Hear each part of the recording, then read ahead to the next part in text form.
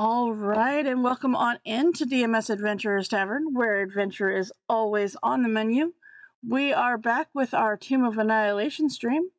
It has been 2 weeks since we last left off, but don't worry, they're still stuck in the tomb. Because that's, on level 5 where they were before. But before we get into all of that, we have our weekly streaming schedule, which should be getting back sort of into a little bit closer to normal schedule in this upcoming week. We have Monday, our Candlekeep Mystery Monday at 6 p.m. Pacific. On Tuesday, we have our DM Prep at 2 p.m. Pacific. Thursday, we have some Throwdown Thursdays in Valheim at 3 p.m. Pacific.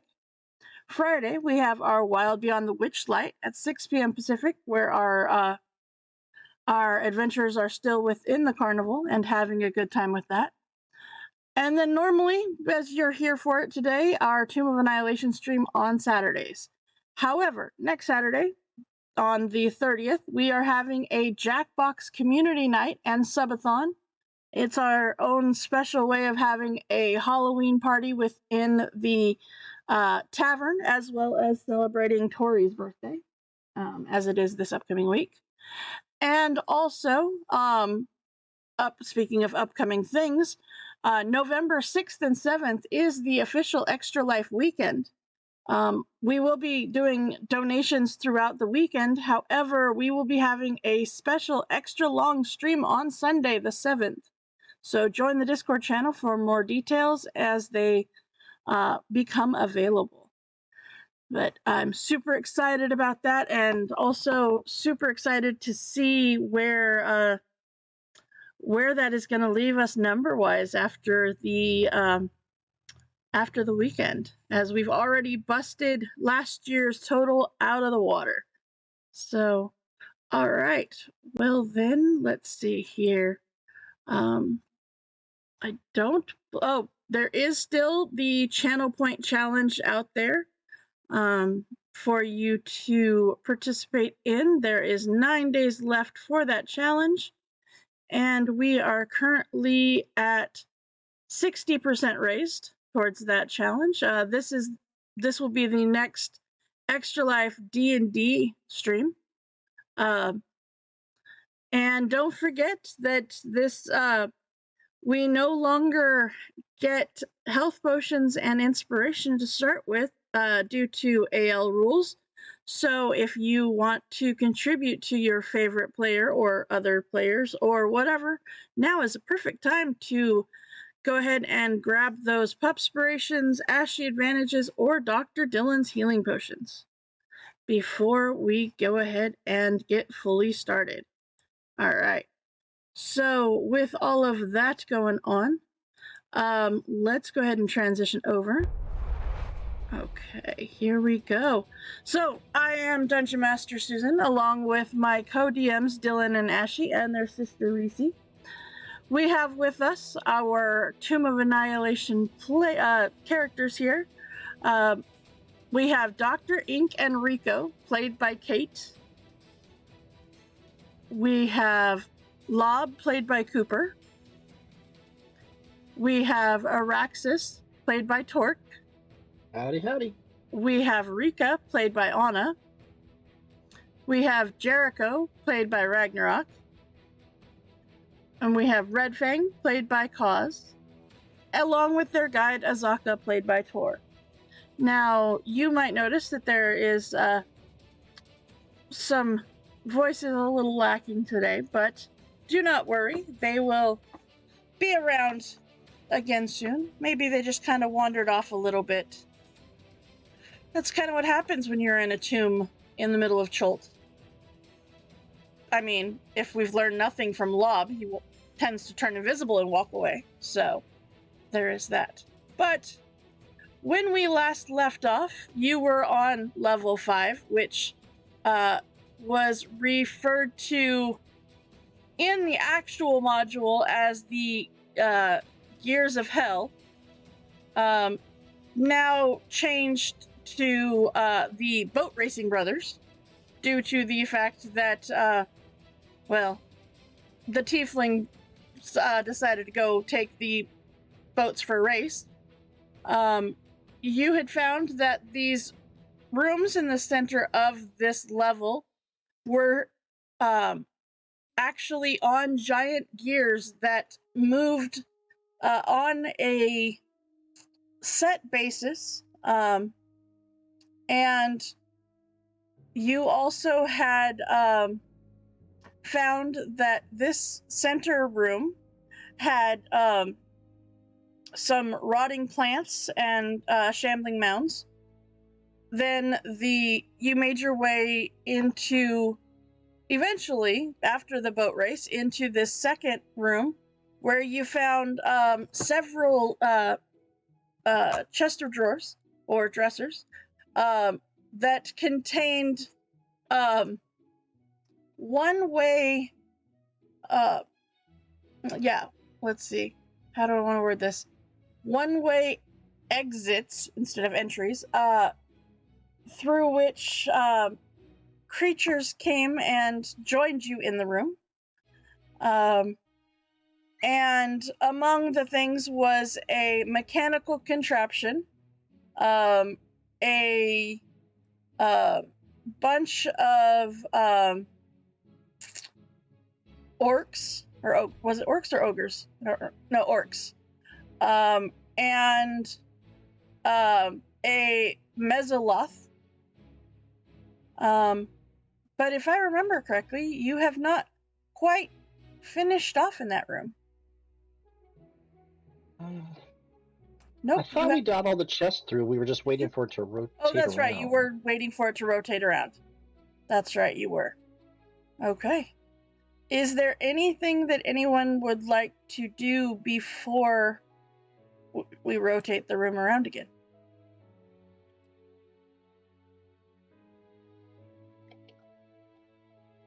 I don't think so.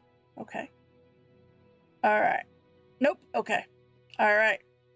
So with yes. I need to figure out what's going on with my head. Yes, you do. Okay. Yes, you do. You have to figure out what the heck is going on. Okay. All right. As the rooms change yet again, you see that they finally line back up, and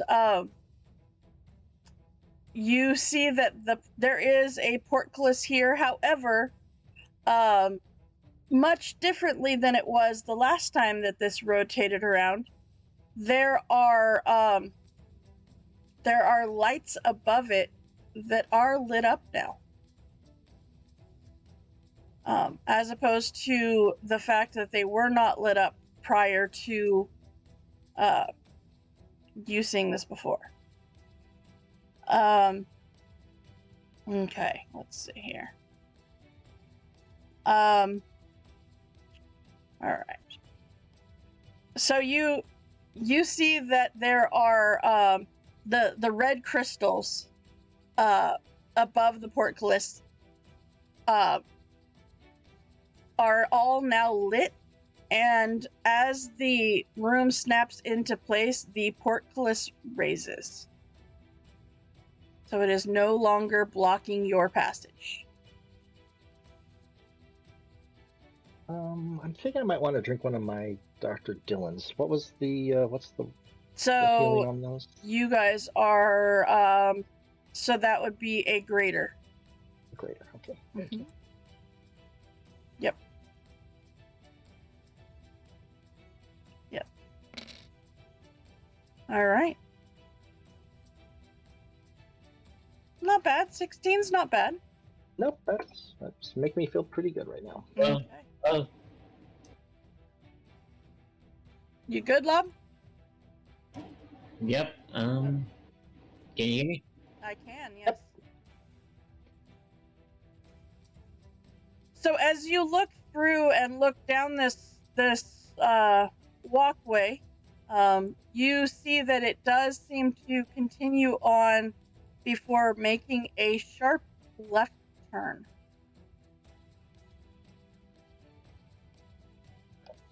Well, we've been waiting for this, so I don't want to wait too long. I'm gonna I need to jump the gap, or is it It's tight enough? easily enough you can get across it. Okay. Okay.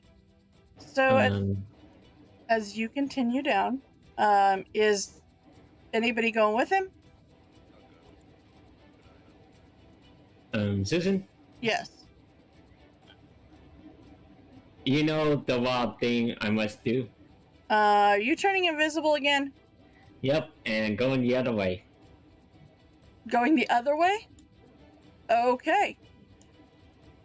All right. So you're going the other direction. Okay. Okay. Because why not split the party already? Why not? It's only, 20 minutes in. But why not? Sure. It's not a bad idea. Not at all. Okay. All right. So as you see Araxis and Jericho and Dr. Ink start to head towards this hallway that you have been waiting for the room to line up for. All of a sudden, you guys look around, and again, just like normal, Lob is missing. And it's funny because you guys remember having Lob come up from down below. So he was in this room at one point. But he might be in this room still, but clearly he is not visible anymore. All right. So let's see here. We're gonna go with the ones that went down the hallway first here. Araxis, as you come to the end of this hallway and you turn the corner, you see that this hallway keeps going on, and it goes down some stairs. Let's see here. You see graven images of rotting corpses decorate the hallway here. The floor, as you stand at the top of the stairs, you see the floor below you is littered with tarnished coins, pieces of armor, broken shields, axe heads, and other bits of scrap metal. And that's at the bottom of the stairs, or That's all along the stairs themselves? No, that's at the bottom of the stairs. Upstairs. It's those little gray chunks. Yep. It's the gray chunks that are there. Yes.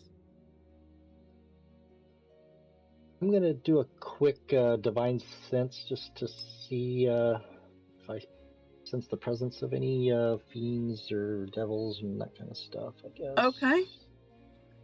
Sure. Let's see here. I don't trust paintings after that last room. I don't know why. All right, let's see here. So 60 feet. No, you don't sense anything. Okay. Not within 60 feet. No. Right.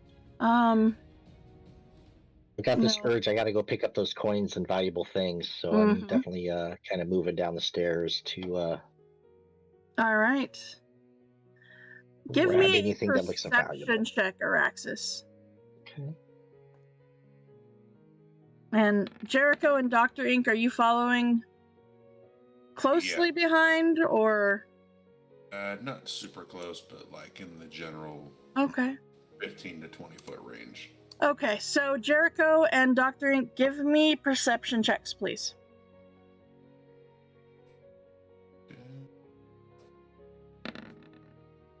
Okay. That's a hell of a way to start it off there, Jericho. Look, you were complaining that doesn't happen on Saturdays. I wait for the damage rolls. That's true. So that would be a free cookie, though. It would be a cookie. Yes, it would. So as you see Araxis head downward, that makes sense, Dr. Ink. As you see Araxis head down, Jericho, as he steps onto the floor and reaches down for those little pieces of tarnished coins and stuff. You watch and you see there's some pieces of Araxis's equipment that seems to almost instantly corrode and decay.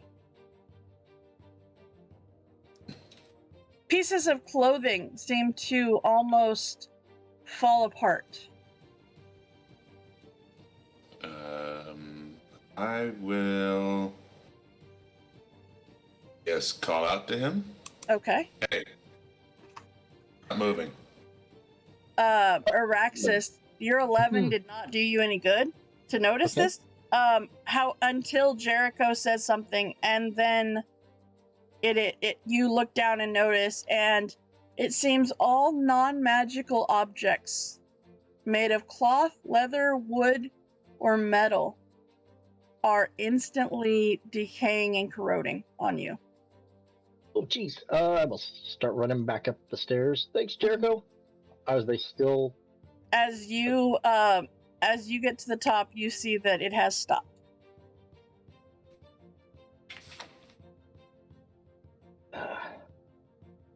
Want that treasure? And now you have to figure out what you're going to do, if it is worth the corrosion of your non-magical items. Be glad it was just your clothes and not you. True. Yeah, that's a good way to look at it. And Jericho, with that 21 perception, I will actually give you this as well. At the very end of the hallway, you see an archway that has a keystone adorned with an iron bull's skull, which bites down on an ivory ring.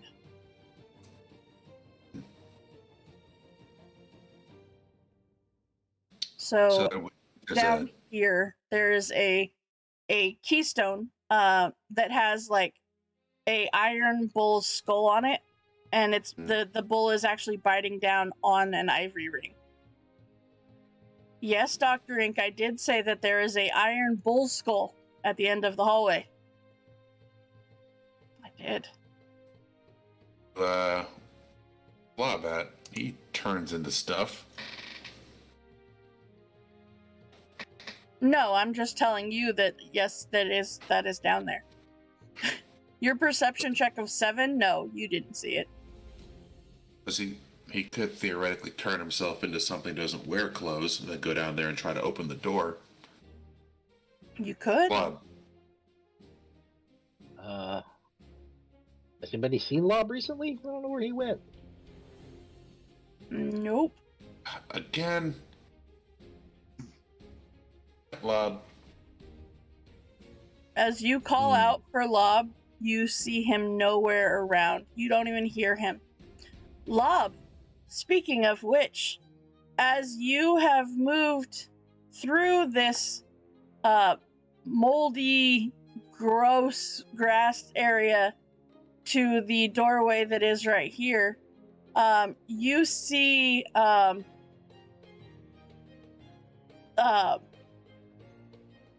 thick green gas billows out of a skull-shaped nozzle set into the walls of this cramped room.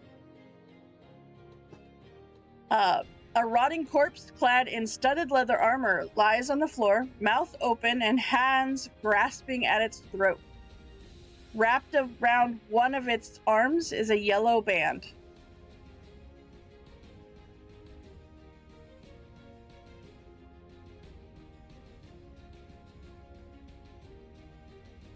So you are aware that the yellow band is part of the symbol of the Company of the Yellow Banner.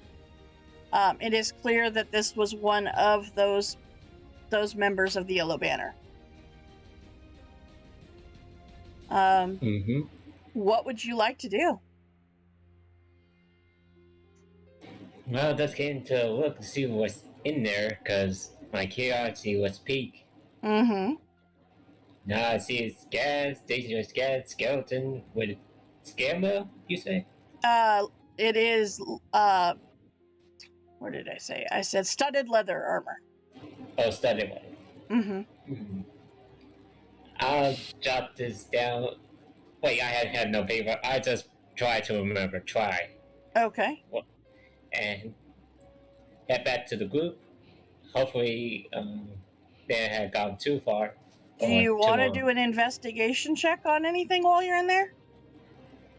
I'm not sure I'm Okay. equipped enough for poison Okay. gas or anything Just like that. just checking. Okay. Well, I'm Check. just curious, not stupid. But I hope not. Actually, Susan, Uh-huh. I'm blaming you for this. Okay, that's fair. Odds I go in, even I don't. Okay. I'm blaming you, Susan. That's fine. Why is it two? I don't know, but it's one of each, so I guess it's still up to you, love. I choose not go in. Okay, that's fair. Okay. That's fair. All right. So then you head back towards your party members. So Jericho, Dr. Ink, and Araxis, no idea where Lob is. You even called down the little hallway, no response. Nowhere And there to we be. go. Mm-hmm. Well, I don't mind going forward to see what's going on. I'm gonna have to, if you don't mind the indecency, I can take off my chainmail, and you're just gonna see streaking Araxis here. You have in this last pants. part. You have Ye- pants. Doesn't have magic pants though. They're not magic. So, hi Rika. So as soon as he stepped down, to the bottom of the stairs, everything that was not magical on him started to either erode or tarnish. Can I try something Of course you before I can. take off my chainmail? Since my current abilities, I kind of have these sticky feet. Uh-huh. I'm gonna walk along the ceiling and watch my clothes to see if they start disintegrating when I get past kind of this point here. Okay. I'm gonna save you from moving your token, but same thing happens. I think that's okay. So it's not an effect that is. It is an area of effect, not a floor effect. Okay. Dr. Ink says that she can go because she's got hair. So she can't because she doesn't have hair. You're still gonna be streaking, so it's not gonna my make any clothes difference. are magical. Okay. Yeah, I mean, they're literally, that was the magic item I picked. It was the self-cleaning, self-repairing clothes. But will my spellbook disintegrate? It is magical. Is it though? I mean, actually, I guess not. It contains magic.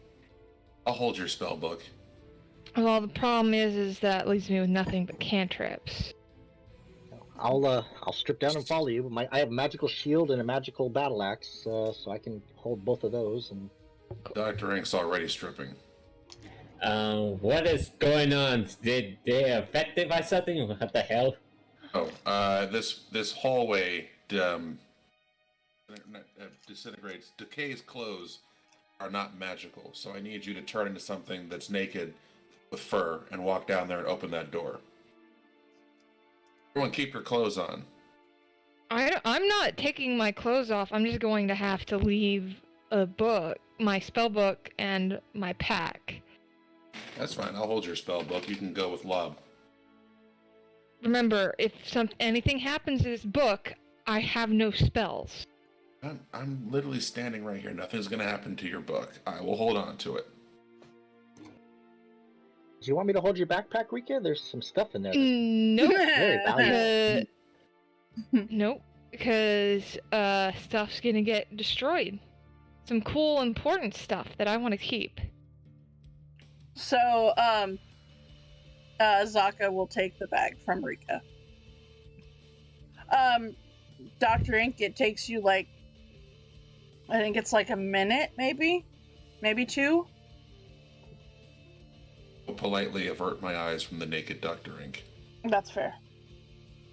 Look at that. Kate, we got you to not only drink on stream, but also get naked on. There you go. All right. Yeah, it's nothing Rika hasn't seen before. It's true. We went to school together. Yeah. So...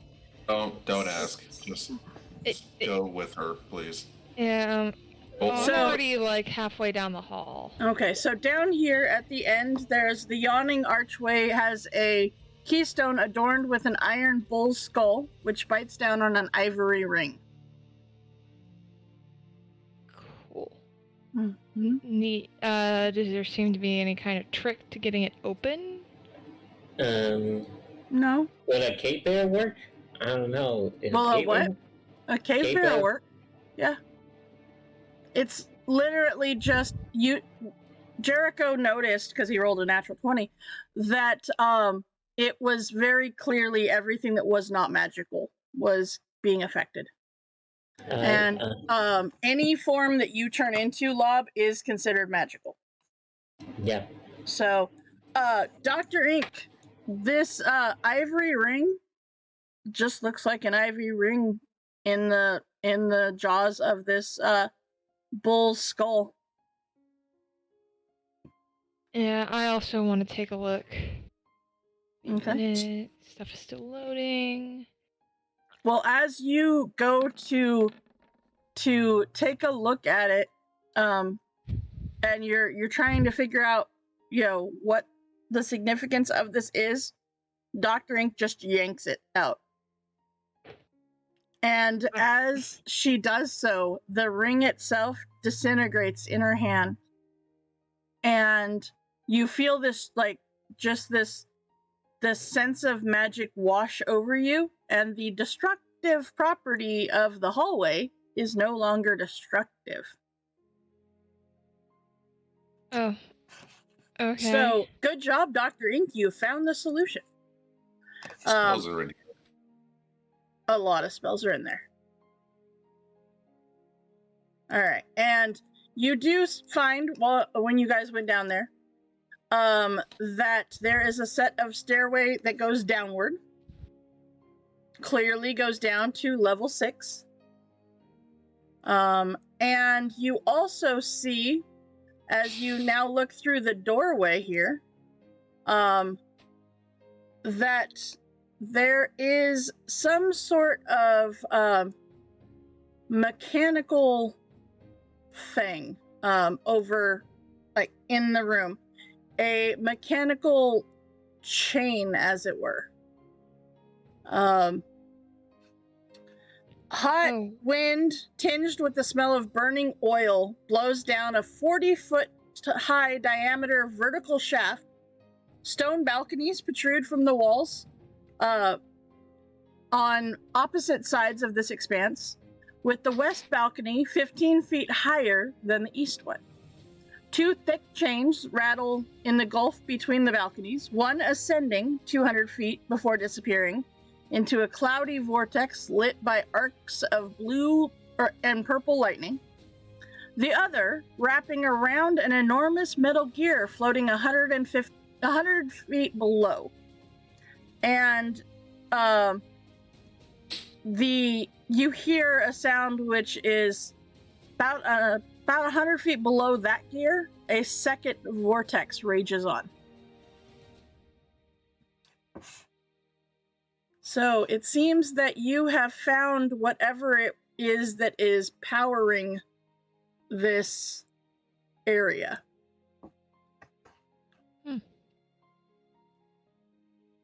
Cool. Jericho, I would like my spell book, please. Is it safe to come down? I mean, yeah, the destructive magic is no longer active, and we found a really fucking cool room, and I can't wait to see what in here kills us. Or tries to kill us. Walking down the hall, my eyes closed, respectively, holding this spellbook and Dr. Ink's clothes. Okay. I'll meet him halfway down the hall, grab my book and Ink's clothes, and tell him, just wait right here, it'll just be a minute. I'm picking up every coin I can find and anything else. They're tarnished, but they're still good. I just brought the way to get Dr. Ink. Yeah. Can you really not cast spells without a book? I mean, I can do cantrips, but I have to have access to the actual written down computations. It is so strange. We're very limited. I don't have access to a god. It's my way of manipulating the world. Fair enough. Just odd, but... I can only hold so much information in my head at once, and some of these spells are complicated. I get it. Okay. So, Dr. Ink, as Rika brings you back your clothes, and Law blocks the he becomes your own like Seeing eye bear. well, no, not seeing eye bear, as a shield to block yourself as you get dressed. Again, you take a moment. You consider. Do you head downstairs or do you go through this archway? What do you do? I'm going to change back to law because something tells me I need spells or something. Okay. Or to at least fit through the door. But there's that. I'll So do It that looks like too. that other balcony has a very small crawl space, right? it does. Yes. Yeah. Mm-hmm. So downstairs is what I'm hearing. Well, Araxis apparently is going down the stairs. Okay. I'm assuming, is there a trail of coins or anything leading down here? I'm just No, the coins stop not... at the top of the stairs. Yep. Yeah, I'll continue down, I guess. Okay. Araxis. Yeah. God damn it. I'll follow him down. All right. So I'm not burning my limited spell slots on trying to get him to stop. Okay, that's fair. That's totally fair. Okay, so let me go ahead and Actively triggering a trap, so I gotta wait. I'm not yet. Oh, this stairs leads somewhere below the water. It How cool. does. It does, in fact. All right. Go with them. Okay, that's probably a good call. But keep an eye on Araxis. He's been acting kind of strange. No, He's stranger triple than normal. possessed, right? Mm-hmm. Yes, he is. All right. So, as you venture downward into the next, let's see here. Let's go. Everybody's going to come down here, so let me get everybody onto the board here. All right. Lob and Araxis. There you go. All right. So as you all venture downward to the next level of this Tomb of the Nine Trickster Gods, because I wrote level 5, you guys decided to go to level 6. Okay, good to know. All right. That's okay. We got this. So, as you enter as you descend to the bottom of the stairs, you see green smoke billows out of a bronze cauldron in the middle of this 20-foot high vaulted hallway.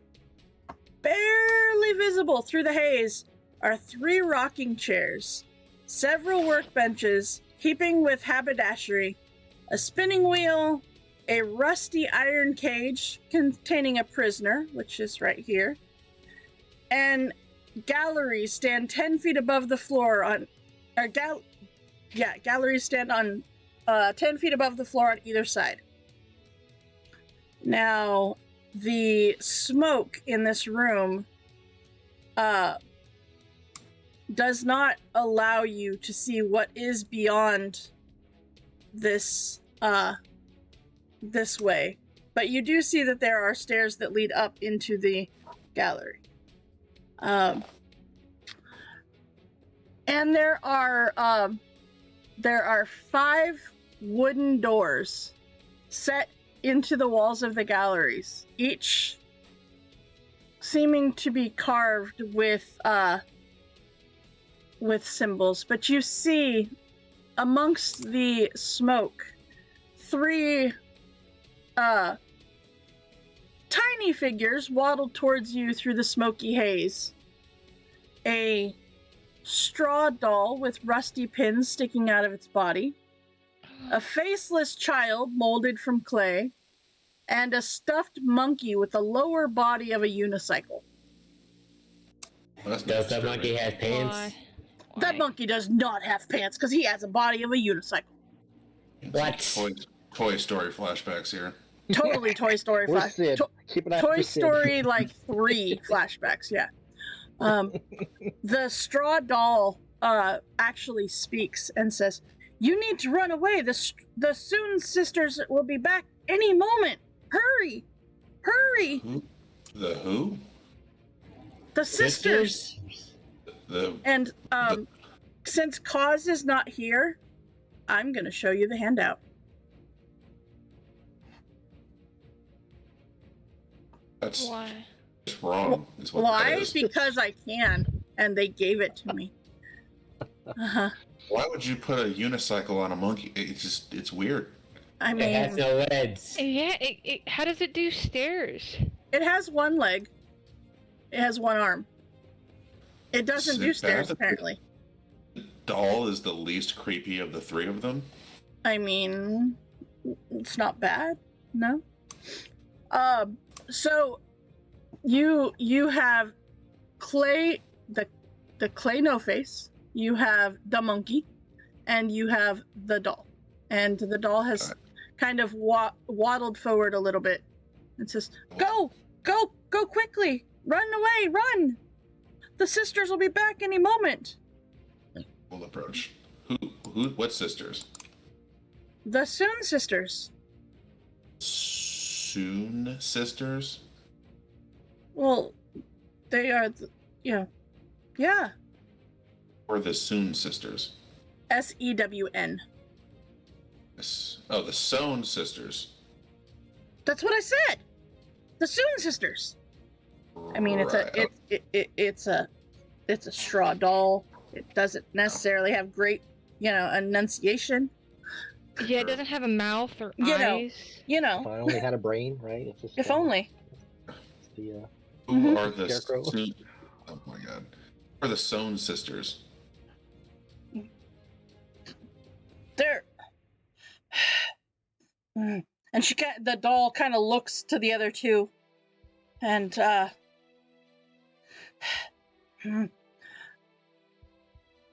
okay, look, the sisters are night hags, and they made us, and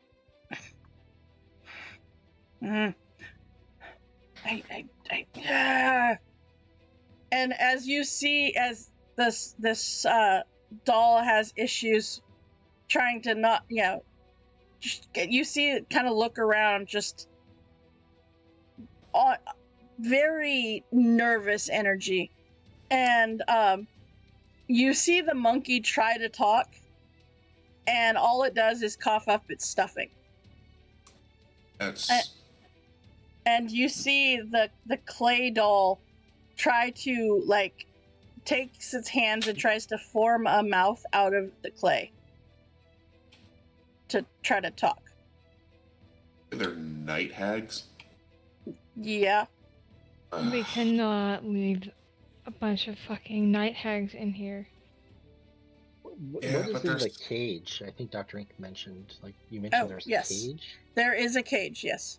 Oops. Okay. So let's see here. Dr. Ink, you look in the cage, and A heavy padlock secures the gate of this rusted cage, inside which is a naked figure cowering under a blood-stained blanket. It's in the theme of tonight's stream. Right. Welcome to level 6. I was trying not to get you down here yet, but there you go. It looks to be sort of humanoid, sorta. Not quite sure what or who it is, but the straw doll says, "My name is Straw Bundle, and that's Clay No Face, and that's Joho the monkey."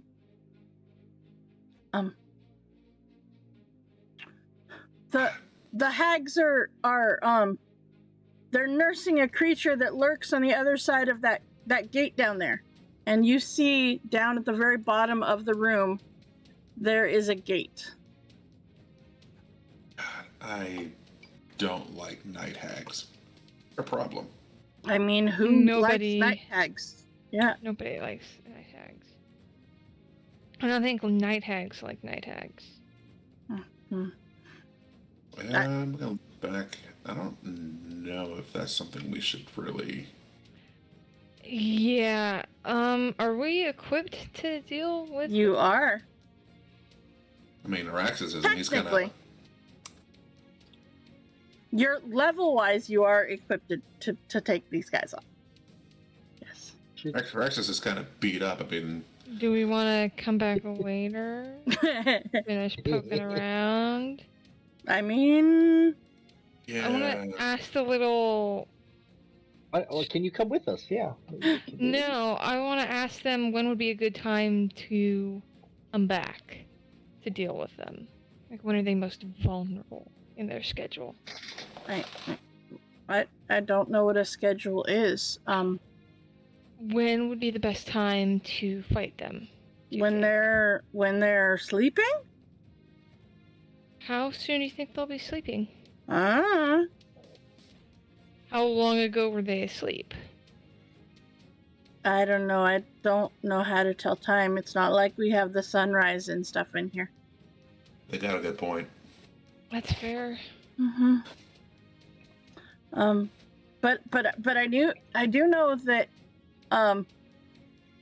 that in order to get past the gate, you have to have the key, and there's 5 keys that look like a skeleton with a skull that turns into a key. And if you can find those, then you can open the door. But you have to open the doors, the doors that are up the stairs first. So we need the key to get through this gate or the door that's upstairs? You have to get through the doors that are upstairs first, and then you can get through the gate. There's trials through the doors, and you have to overcome the trials. I mean, if they went through the gate, wouldn't they have the key to the gate? Is it a magic lock? It's a magic lock. Mm-hmm. Great. More trials, just what I like. Mm-hmm. Here in this tomb. But you're just gonna leave? Can you take us with you? We will give you a charm. Each of us is, I mean, we can bestow a charm, each of us, if you take us with you. Alright, come on. Which one do you pick up? The straw doll, I guess. Okay. While you have Straw Bundle in your possession, you can cast the Etherealness spell as an action, no components required. After it's used 3 times, though, the charm vanishes. Hooray for 7th level spells. Mm-hmm. I'll pick up the clay one. Okay. Alright. Okay. So that is the Straw Bundle. So you pick up the clay one. While you have Clay No Face in your possession, you don't need to eat, drink, or breathe. These benefits last 30 days while the doll is in your possession. after which the charm vanishes from you. Huh. Perfect. If we get stuck down here, then well, you and I will survive. Monkey. Okay, Lob, of course, picks up the monkey. Of course. Turn invisible. Which means whenever I think we might, run into a trap, I don't have to breathe in like poison or anything. And I can't Lob. drown. While you have Joho in your possession, you grant the benefit of a Helm of Comprehend Languages. This benefit lasts 7 days while the doll is in your possession. Huh. Dr. Ink, you go to check out the lock.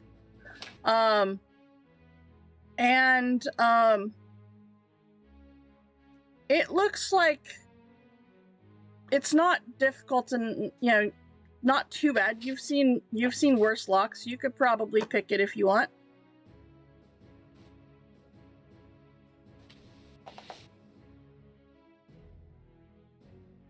I mean, if you want.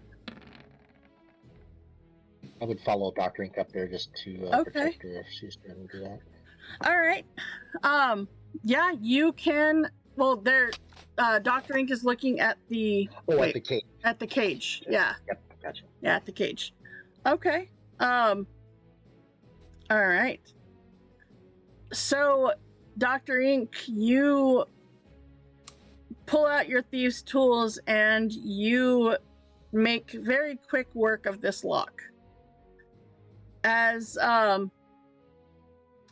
you do, you get a little bit better look at this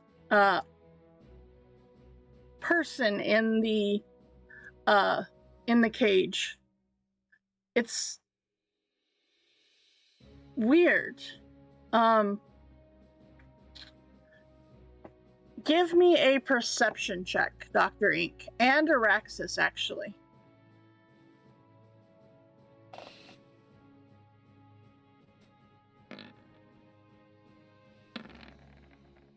Oh, thank God one of you rolled high. Araxis, have you ever looked in a mirror? A few times in my life, yeah. Okay. It is if you're looking in a mirror, but the mirror copy is not quite a perfect copy. It's a little bit shorter, a little bit scrawnier than you. And it has some deformities. But it is a male dwarf. Or male tiefling, sorry. Male tiefling. Same coloring. Very, very similar. And it is quite possibly a clone of you. Was it like a younger version of me or just a shorter version? Shorter and scrawnier. Otherwise, it looks identical. Other than the short, scrawny, and a few deformities. But, like, the face is exact. You look like me. What? Who are you? It doesn't say anything. It just looks up at you very hesitantly, very scared. It's okay. We're here to help. You're safe. Well, of course I am. You all are here. I've been waiting for you. We hear this, right? Yes, you do. And as this oh, what the fuck? As this naked creature with a blood-stained blanket crawls out of the cage, it is as if you have found Araxis's doppelganger. I say that knowing that there is a doppelganger in D&D, and that is not what I'm saying. I'm saying it's exact, like, you have found Araxis's twin. I thought that was It looks like I cast mirror image, but I have it. This is great. Red Fang was your twin. Red Fang is more of a cousin compared to this. 3 tieflings. This is great. How did you get down here? And who locked you up? I don't know, but I am you. I am not your brother. I am you. Okay, yeah, no. What the fuck? Can I do like an intelligence check to see what the hell this thing is? Sure. Dr. Ink, you're casting Detect Thoughts? Okay. If Steph wants to. Okay. So, you can cast Detect Thoughts, and this person is thinking that they are Araxis, and you get the feeling that that this is strange for everyone involved, but yeah, it's you're getting the exact same thoughts from Araxis as you are from this doppelganger, this clone, as it were. Well, my sheet stopped loading, so I'm gonna try loading it again. Okay. We will have this one be Araxis with a green dot. Come on. This is very weird. It is very weird. Mm-hmm. I'll raise my hand and see if it raises the same hand. Like, I'm trying to see if it, like, mirrors what I do, or if it just... It does not mirror what you do. Okay.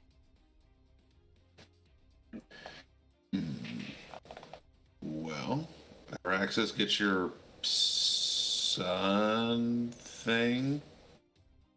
Alright, I'm gonna... What should I call you? My name is Araxis. Oh god, no. So it's a 18 plus an amount. I think just intelligence would be 23. Mm-hmm. As you're looking over at this creature, and you see the abnormalities, you see the few differences. It is clear that these hags have made a clone of Araxis. Why? Hey, Dr. Ink, you got any of those extra capes or cloaks that might fit my friend here? So he's not walking around naked?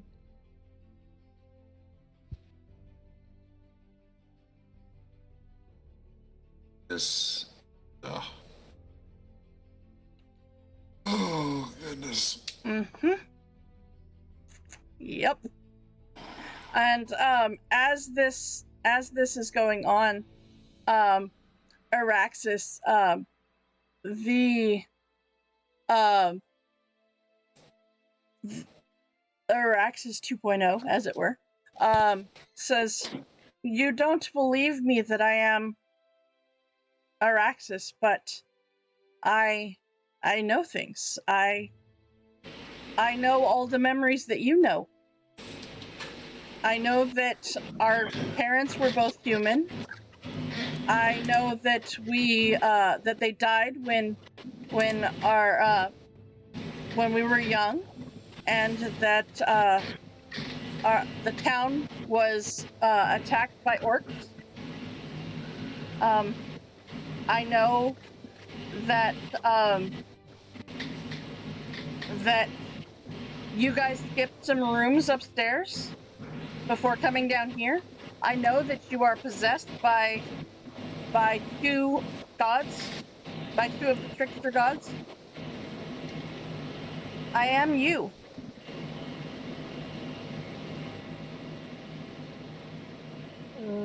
Okay, well, he sounds like me.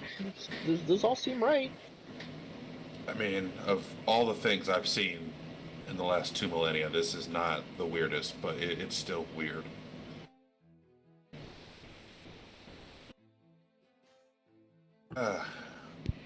So, what do you want to do, Araxis 2? Not be here. Those hags are mean. Great. Yeah, what'd they make you? I don't remember being made. I just remember being me.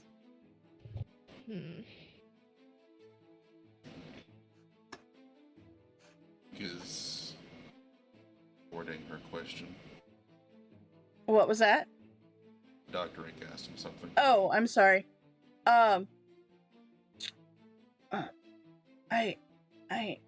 suppose so, but I don't.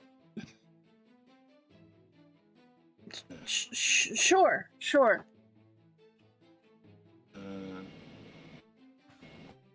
Jericho's gonna start lightly scratching at his neck.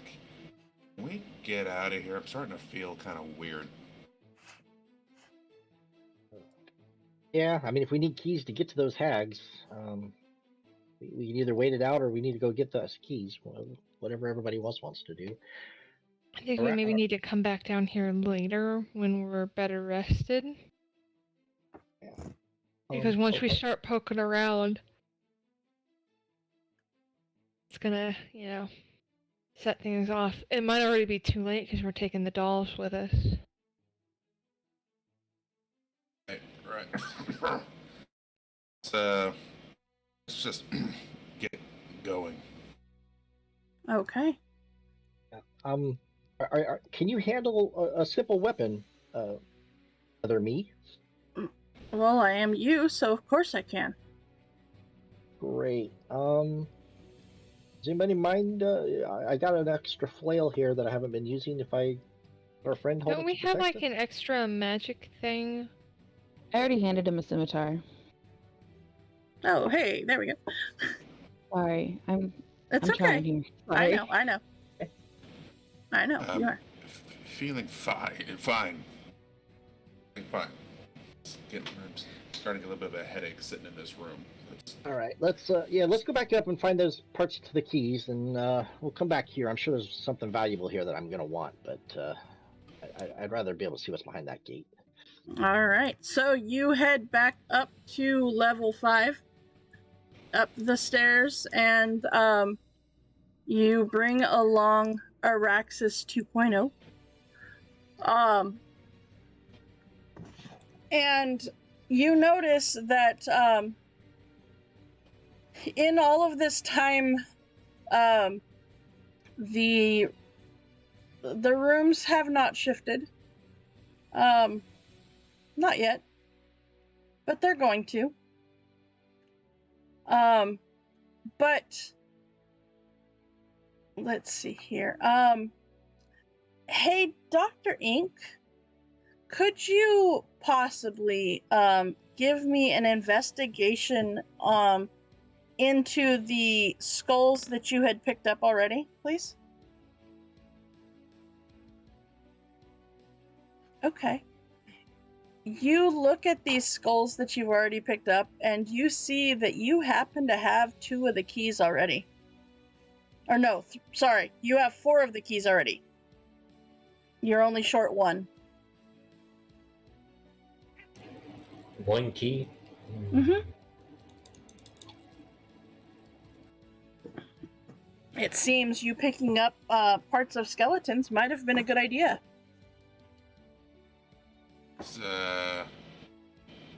What do you got, Dr. Ink?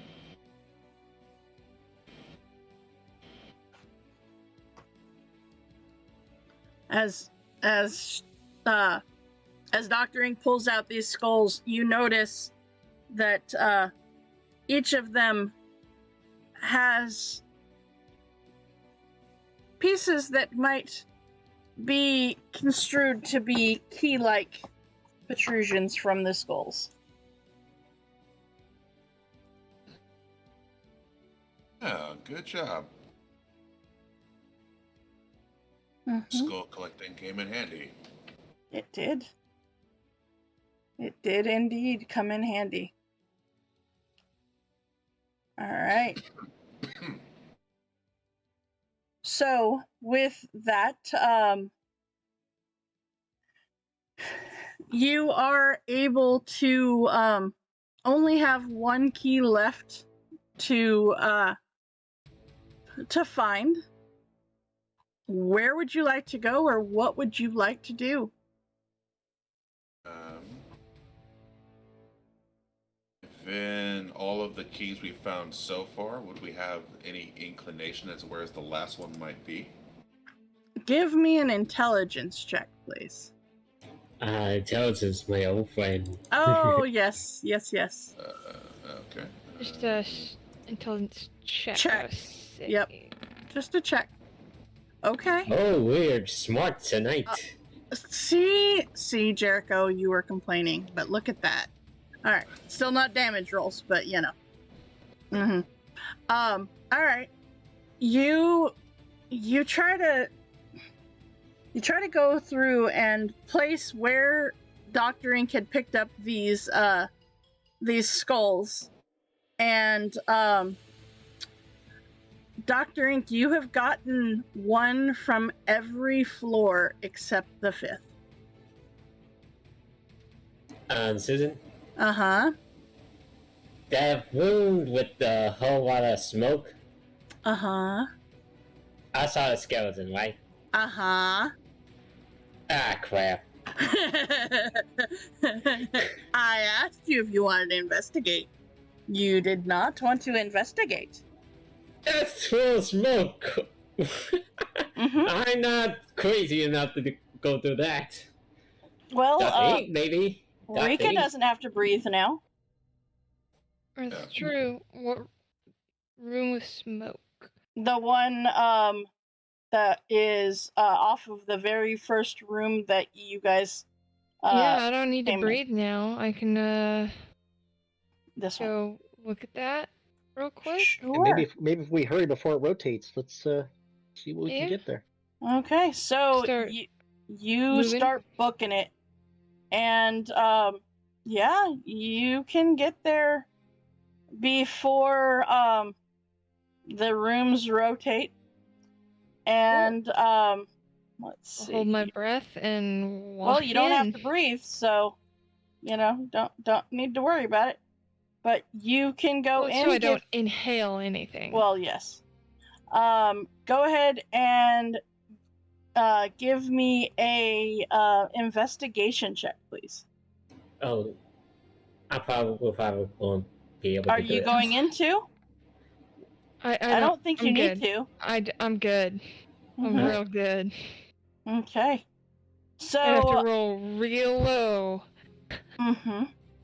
To not be good. That's true. All right. So you head into the room, and looking around, you see that those thick green gas billows out of the skull-shaped nozzles set into the walls of this cramped room. A rotting corpse, clad in studded leather armor, lies on the floor, mouth open and hands grasping at its throat. Wrapped around one of the arms is a yellow band, so you know that this is a member of the Yellow Banner Guard. And as you continue to look around, you see that this dead figure is clearly Cormanthian.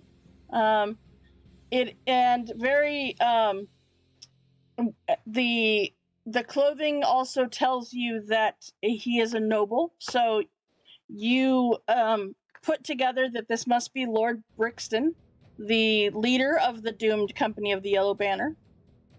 And you find that he wears, his studded leather armor's in pretty decent shape. He carries a sheathed longsword with a dragon-shaped hilt.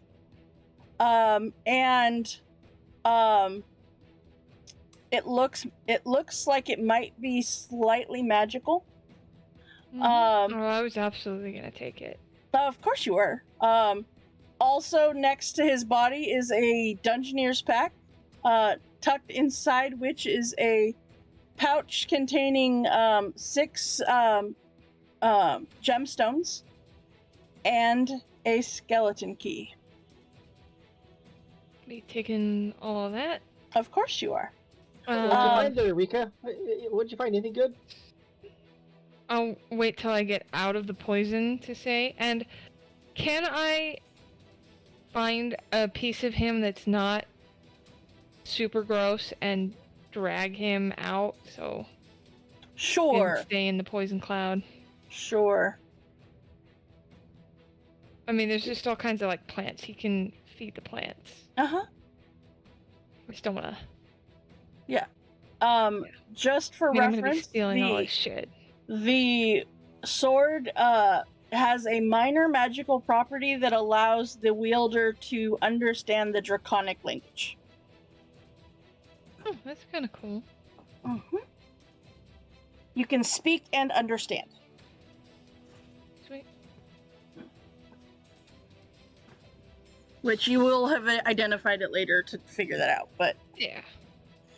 there's only like 75 pages of stuff. I don't want to have to go back to find out what that one thing did.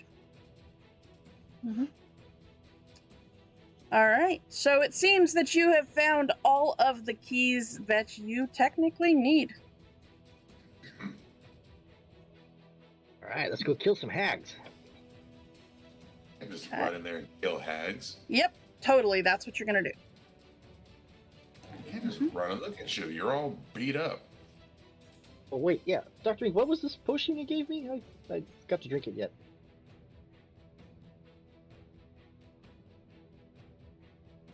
Did you give him a regular potion, Dr. Ink? Because Dylan's are at greater now. Okay. Thank Okay. Yep. I mean, if you guys want, you could take a rest. You could. That wasn't as good as your last one there, Araxis. you. Well, every little bit. Mm-hmm. Thank you. I don't know. I don't even know how many hours I've lost track of time in this place. There's no sunlight, no nighttime, just dungeon after dungeon. It's 3 hags. That's not something we just gallivant into. True. That's true. So it is up to you guys.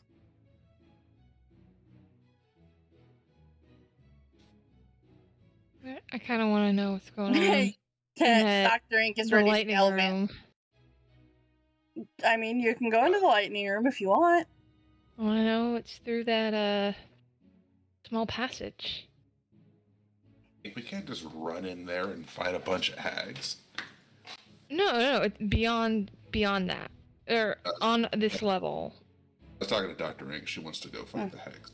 Let's boogie. In due time. In due time. Yeah. I'm gonna. I mean, we do know there's one other tunnel to the west that we haven't been able to get to yet, but... I mean, we can do a short rest and wait for stuff to rotate. Or I can... Can we...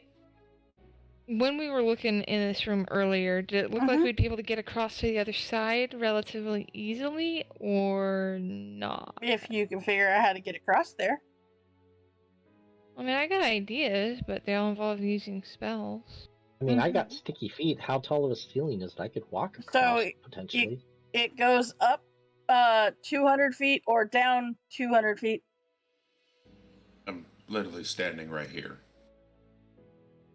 You got a guy with wings. Mm-hmm. So the two of us could at least get over there, right? I can Or is the carry room like her. full of electricity or anything, or like is there any hazards? It has like blue and purple lightning. Throughout the whole thing, or like below the platform? Nope, throughout the whole thing. It would be hard. I could carry her, but I can't carry her and dodge lightning as easily. I for sure would have a hard time carrying you. I mean, I could carry somebody and It's just a matter of what hazards get across, right? Mm-hmm. Yep. It's a 40-foot diameter vertical shaft with a cloudy vortex above and below, each 200 feet from the stone balconies. Yeah. Or we do wait for the rooms to rotate and maybe see what's farther west that might be able to connect onto that small shaft. What does the device look like? Does it look like something that The one that's in the purple room? So it has two thick chains, one going up and one going down.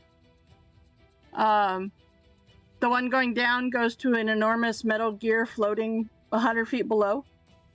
And then the vortex is 100 feet below that. So it seems that this is the mechanism that controls the rooms moving. we don't really want to stop them from moving necessarily. Don't doubt Dr. Ink. We'll go after the hags at some point. I'm sure in the near future. Probably very near. Crush them.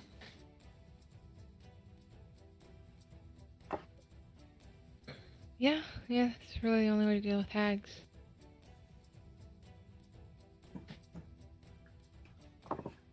Do we want to check out that last room first before trying to get across here? Yeah, may as well. Okay.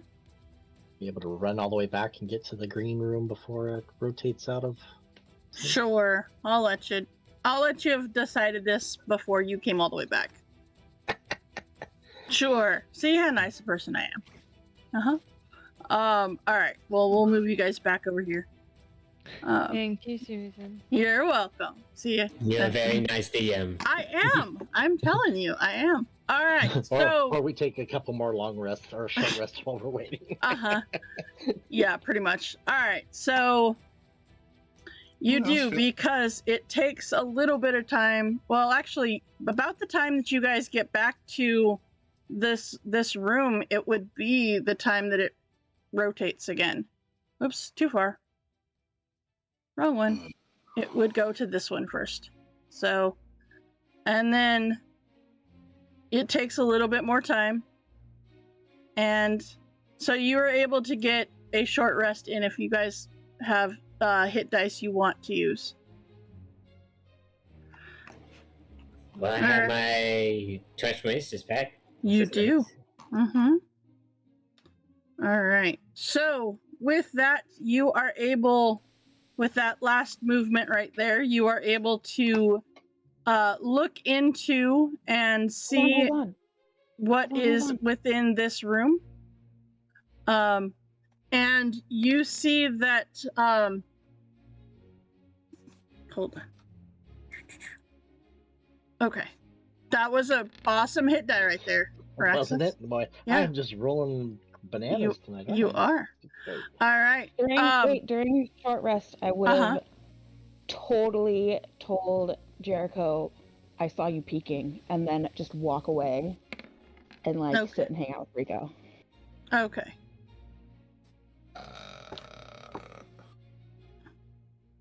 Okay.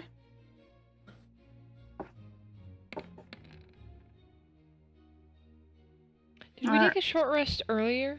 You did. Alright. Well, some people did. Not everybody did. I think I did. Yeah. Warm in here? Little bit. It's kind of warm. Okay. I like the warmth, but alright. Alright, so as you finish up the rest and the room officially rotates over, you are immediately hit by the pungent stench that fills this specific room, the walls of which are covered with riveted sheets of iron. Or sorry, wrong one. That's the one you were in. The next one is the acidic stench fills this room, but it has 2 exits directly across from each other. Much like the previous room, the walls are covered with the sheets of iron, and pockmarked stone floor has a large puddle of gray slime in the middle of it. There's drawings along the 5 walls that and stuff that depict 5 black dragons. Oh, dragons. Mm-hmm. Great. Oh, it is. My people. If they were here. Swords you have, Rika, might come in handy if we run across something draconic up here. We're not using a sword on dragons. What's wrong with you? During one of those 2 short rests, Rika, you had determined that that's what that sword did. Okay. Yeah. So Anybody wants The it? dragon slaying. they're not. No. They are not dragon slaying swords. It is just, it allows you to speak and understand Draconic. I was saying, just in general, no dragon slaying. No dragon slaying. Just a neat little sword. Mm-hmm. Nice sword. All right. Well, I'm gonna hop in, and do I see anything that looks shiny or valuable? You do not. Boring room. It is. The only thing that looks at all cool is the pictures of the dragons. But them being black dragons does make sense as to why there is so much acid and stuff in here. I don't hurt dragons unless I absolutely have to. These are No chromatic dragons. They're the worst. I'm gonna As walk far as along the dragons walls so I don't step in the acid, I guess. Okay, and give me a investigation check, or actually perception check, Araxis. There should be a dragon befriending sword. Maybe not a sword, maybe something else, but yeah. Shield. Sure, a shield. Yeah, that works. Scarf. Scarf, there you go. A dragon befriending cape. There you go. Mm-hmm. There you go. Capes are cool. Dragons are Capes cool. are cool. Yeah, there you go. And it would look really cool if you were riding said dragon with the cape on. True. Okay, so Araxis, as you go along the walls, you avoid actually touching the dragons, but you do notice that within the area of the dragon's mouth, you see small holes, as if perhaps that is where the acid came out of. But you don't see anything coming out now anymore. Okay. I will point that out to the party, though, that we don't want to stand in front of the mouth of those dragons on the walls. Okay. All right, so who's going through the hallway first? That would be Lob. I'm not surprised. All right, Lob, as you continue across and through the opposite doorway, you enter into a room that is about 4 foot high, 7 feet wide, iron lectern in the center of it. This room itself is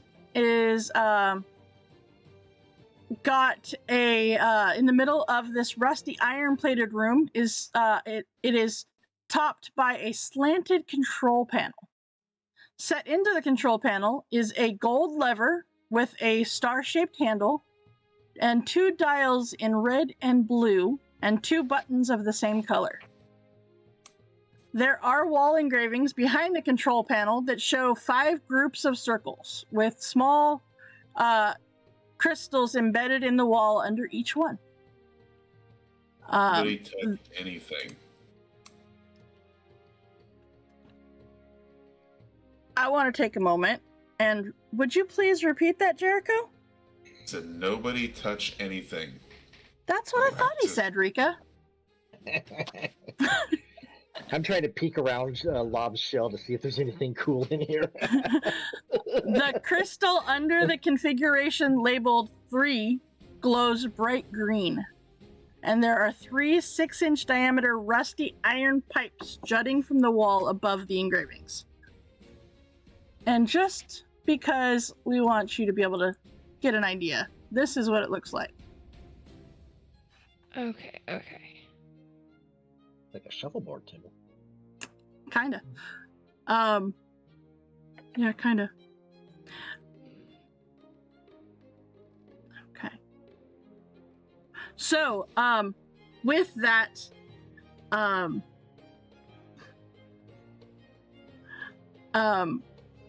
let's see here. You guys rolled for it, but I don't know who you have as to each one. Jericho, who is controlling you right now? No one, just me. Okay. Though it's slowly becoming infected by Wonko. Okay. But I wasn't sure if you were possessed. And then Araxis, you said you had spider climb right now? Yeah, I am Ning. Okay. Alright. You're good then. You guys are good. Alright. You do not feel affected by either of any of the gods that possess any of you right now. Rika, analyze it first before you touch anything. I am. It's the room configurations that show It is up. the room She's taking the good configuration. stuff when she sees things. There's no good stuff here. It controls how the rooms rotate. Oh, so that's what my new friend was talking about. Yep. Sure. Go with that. Was there anything else on this level other than the lightning room that we need to explore? Nope. Wherever the lightning room passage took you. Yeah.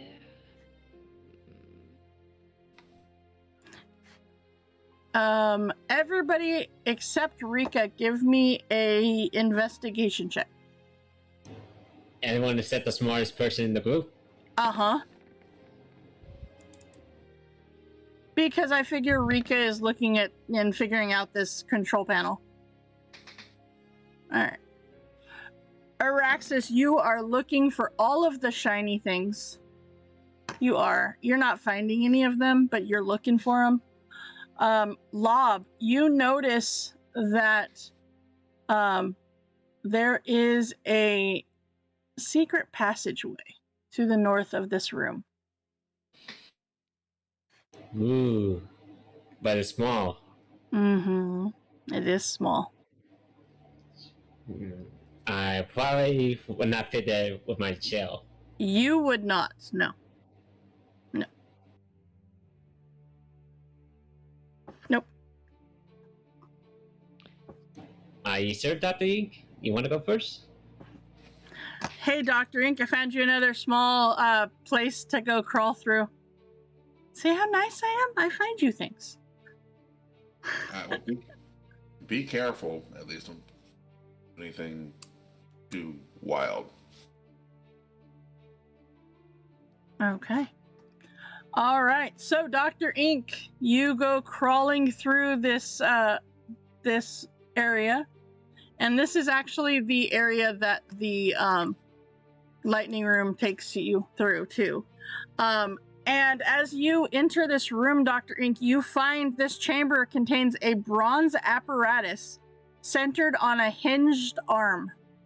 Slowly rotating within the arm is a 10-foot diameter globe decorated by a topographic map of landforms and oceans. Concentric rings of brass constrain this device, all rotating and bearing their own lesser spheres. One of the spheres has sharp points and appears almost sun-like. Carvings of tall, headless humanoids decorate the walls of this room. Dr. Ink, give me a history check, please.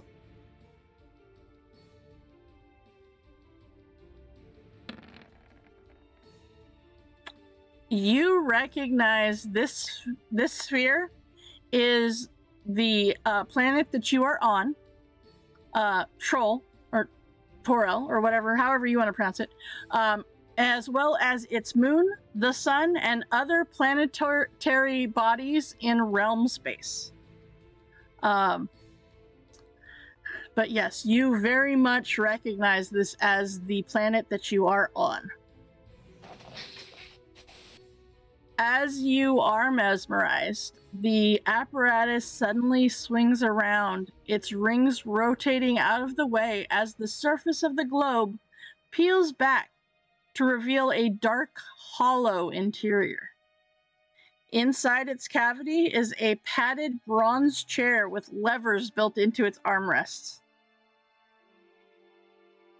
Of course you do. The globe closes again.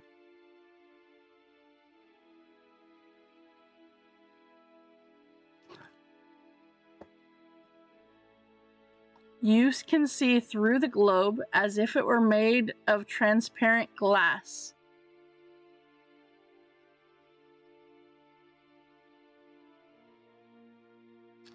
You are inside of the planet. There are levers, yes. Would you like to pull the levers?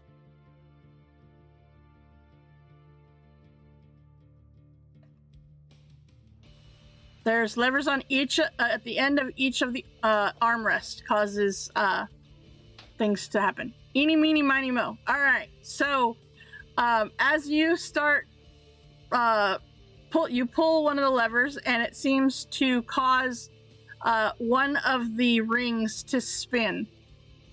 First the sun, then the moon, and then the other planetary bodies. So it seems that each of these causes that. All right. Give me a let's see here.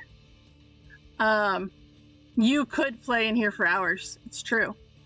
And as you sit in here and you're playing around with this,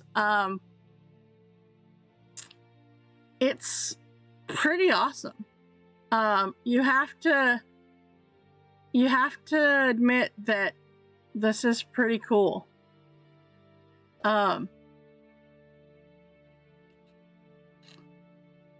What do the rest of you guys do?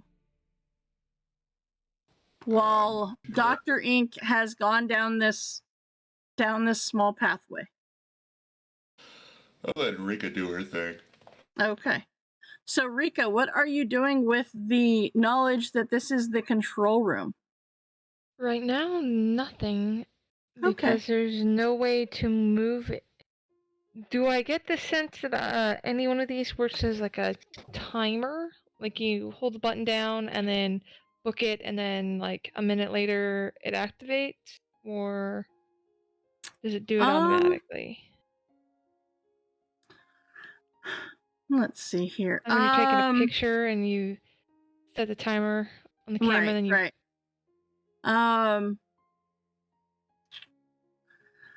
I would say that you know, or you can figure out, being the smart person that you are, that there are some of the controls that you kind of don't want to touch, and some that might be okay. You do know that the dials control the crystals on the walls. So it will the blue dial currently makes it move the crystal to the left.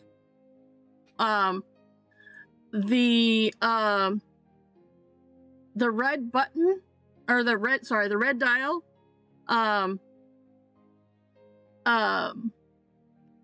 establishes a two-way telepathic link between you and Lob's friend.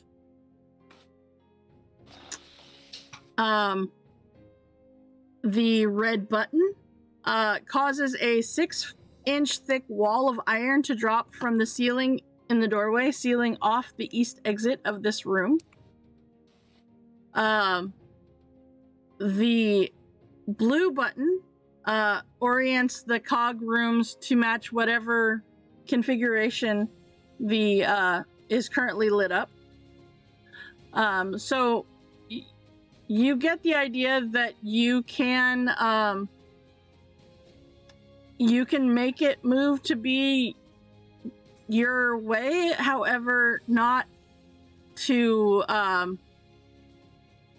exactly make it work where you can run and it'll do it.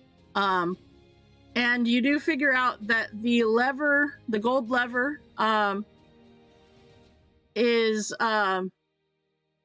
will cause slime to pour out of those two pipes in the wall.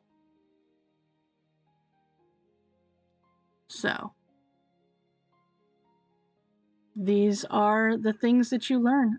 So you can set the orientation of these rooms to make it so that you can put it into an easier configuration for you to be able to get through. But you still have to wait for them to turn. There's no way that makes the pathway straight through. You still are going to have to wait in between things.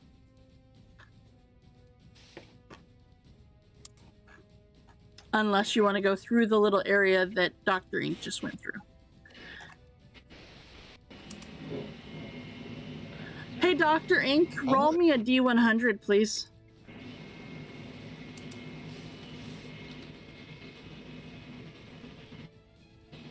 How long has she been gone? Probably about 5-10 minutes. Okay, not too long then. 56, okay. Okay. As you sit in here and you're playing around with this,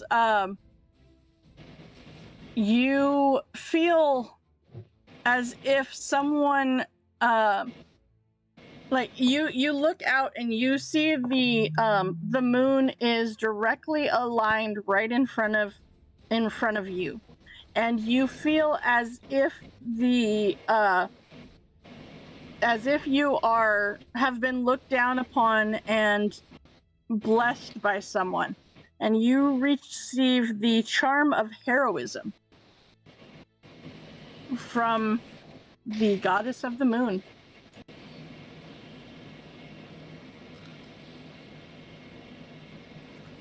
Now, she's been gone for 10 minutes at this point.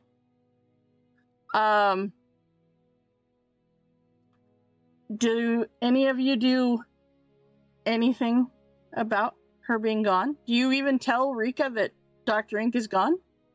I doubt she knows.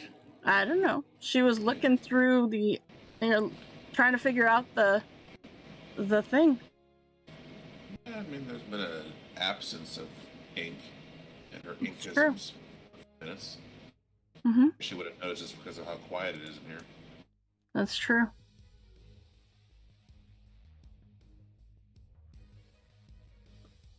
Went off on her own again. Mm-hmm. All right. So you continue playing along with these levers, Dr. Ink. Another 10 minutes goes by. Give me another D100 roll, please.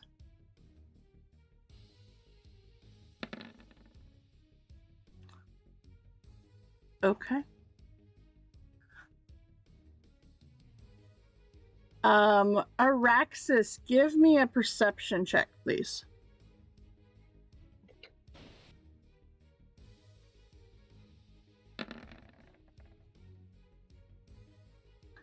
Araxis, you hear the sound of a bunch of coins hitting the floor.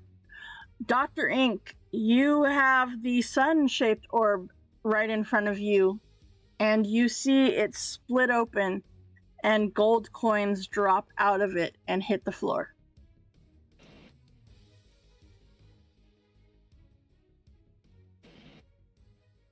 Araxis, you cannot go down there unless you take off your armor.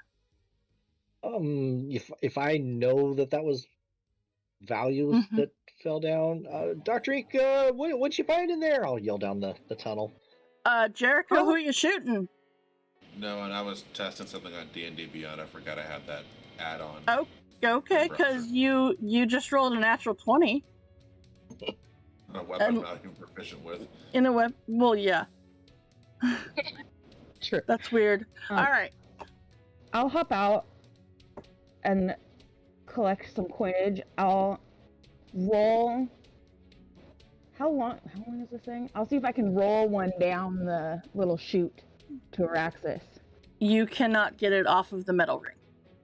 But you, as you get out of this contraption, you're gonna get out, and you open it, and like I don't want to. I'll get out. I'm just saying. Do you? Do I? Yeah. I don't know. Do you? You have gotten a charm of heroism, and you just figured out, or you just dropped like a boatload of coins out of the sun. No, you're right. I'll stay in there. Okay. Araxis, you get no response. I'm coming, and I'll start taking off my chainmail. That's what you're doing. Again, with taking off clothes. We have two themes for tonight's episode, apparently. Dr. Ink, it is I believe, if I'm not mistaken, Araxis, it takes you 10 minutes to doff and don armor of heavy. So it is another 10 minutes. So Dr. Ink, roll me another D100, please. This place rocks. 45. Okay. All right. Welcome to Adventurers League, people. Dr. Ink, all of a sudden you feel like, well, actually, roll me a D4, please. I like where this is going. I like where it's going, and you're going to like where it's going too. Your intelligence score goes up permanently by 4. That is the larger of the two numbers, goes up by 4. Oh. So, Dr. Ink, all of a sudden you feel that you are so much smarter than you were when you got in here. By 4? By 4. Holy friggin' moly. Uh-huh. Uh-huh. And you said it's permanent? It is permanent. This must be how Rika feels. It must be how Rika feels. Yep. One of those charisma. It makes me wish I'd been in there. I poke my head out. I heard money. Araxis, you look down, and Dr. Ink, you see Araxis poke his head out, and you see 5,000 gold on the floor in this Oh, room. what the hell? Mm-hmm. Dive into it. Mine. Okay. We hear that, right? You Araxis know, will lose his shit. you do. You hear him lose his shit. All right, I'm going in. Nothing to see here, Rika. It's all. That is the everything's fine. biggest, baddest lie you have ever told Araxis. What did he find now? I don't Rika, know. as you come down, you do not see Dr. Ink anywhere in this room. All you see is Araxis just shoveling gold into his bag. For The best God's day of my sakes, life. Araxis, have some dignity. Dr. Ink, you see the 3 party members come into the room, but they don't see you. Are you still making the levers move? Yeah. Okay. Susan, quick question. Yes. Yes. comprehend language by the monkey. Does that work on my wild saves? It does. Wait. Yep. I'm gonna transform into an owl. Okay. And go in there. Okay. What? Welcome to the party. You can comprehend languages. That doesn't mean you can speak them, but you can comprehend them. My body is stupid. The one you were looking for there, Lob, was tongues, not comprehend languages. Wait, do I have that spell? I don't know. All right. So the rest of you see this, the moon and sun and other planets moving around kind of haphazardly. Oh, it's smooth. Oh, it's smooth? Okay, you're making it be smooth so they can't tell that you're in there? Okay. Okay. Here, can I do a performance and see how I'm You doing? totally can do a performance check. Yes. I want to see how it... That's oh, yeah, better. it's janky. Yeah. But in all of this time, while they're trying to figure all of this out, give me another D100 roll. 17. Okay. Okay. Let me look that one up there. Hold on one second.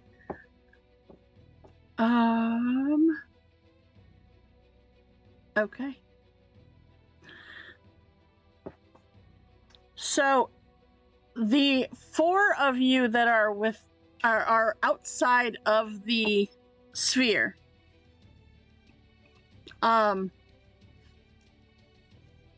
Araxis, are you up to full health? Or are you still down a little bit? I'm up. Okay. That short rest guy. I was gonna Okay. Okay. they were terrible rolls. But... They were terrible rolls. You all see this sphere just kind of moving around, and you know that, I mean, Rika, especially, you know this is not how the planet works normally. And this kind of janky, thing.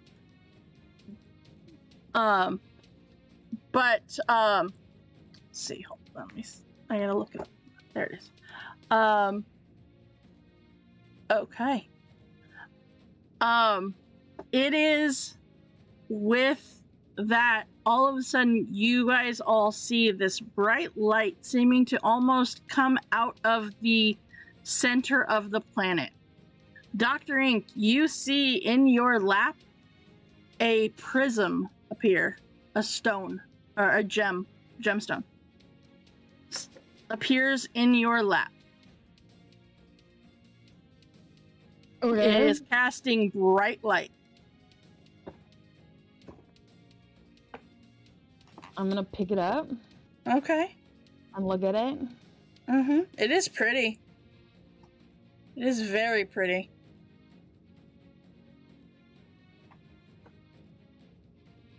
Do I know anything about it? Can I tell anything about it? Give me a, okay, here we go. We're gonna test this out. Give me an intelligence check. You have a much better chance now. Right. You do. You have not had one of these in your possession ever, but you have heard about it. It is called a gem of brightness. Oh, it's pretty. It is pretty. This prism has 50 charges. While holding it, you can use an action to speak one of 3 command words to cause one of the following benefits to effect. The first causes it to shed bright light, 30 feet, and dim light for an additional 30. But that does not expend a charge. The second word expends a charge and causes it to fire a brilliant beam of light at one creature you see within 60 feet of you. The third command word expends 5 charges and causes it to flare with blinding light in a 30-foot cone originating from it. And once all of the gem's charges are expended, the gem becomes non-magical jewel worth 50 gold. But it is very pretty. And it is when that gem appears in your lap that the planet opens. And you see the 4 of your party members right there. Araxis still shoveling gold into his bag. You guys, that was the coolest experience of my life. No. Good. Oh, hey, Dr. Ink. There you are. Don't mind Araxis, he's shoveling gold. Well, that's to be expected, but do you see the gold? It is for those of us who need it, that's a lot. That's a lot of gold. I guess. It costs a lot of money for me to put is how you play spells D&D. in my spell book. Well, now we have some. I'm definitely going to shovel. Wait, what's this weed? I found the gold. This is my gold. Dr. Ink found gold, bud. Araxis, have some dignity, for God's sakes. Totally willing to share. I feel so smart, so ready to take on the challenges of the day. And look at this pretty gemstone. I have just the challenge for you then. You're stressing me out, Jericho, already. I'm coming off the high of this experience. Well, good. We have something else we need to do. What's that? We have to go take out those hags. Ooh, yeah, we do! I bet I can figure out some brilliant way to do it. Who? Don't need brilliance. Just gonna Says crush the them. owl. No. Oh, that's brilliant.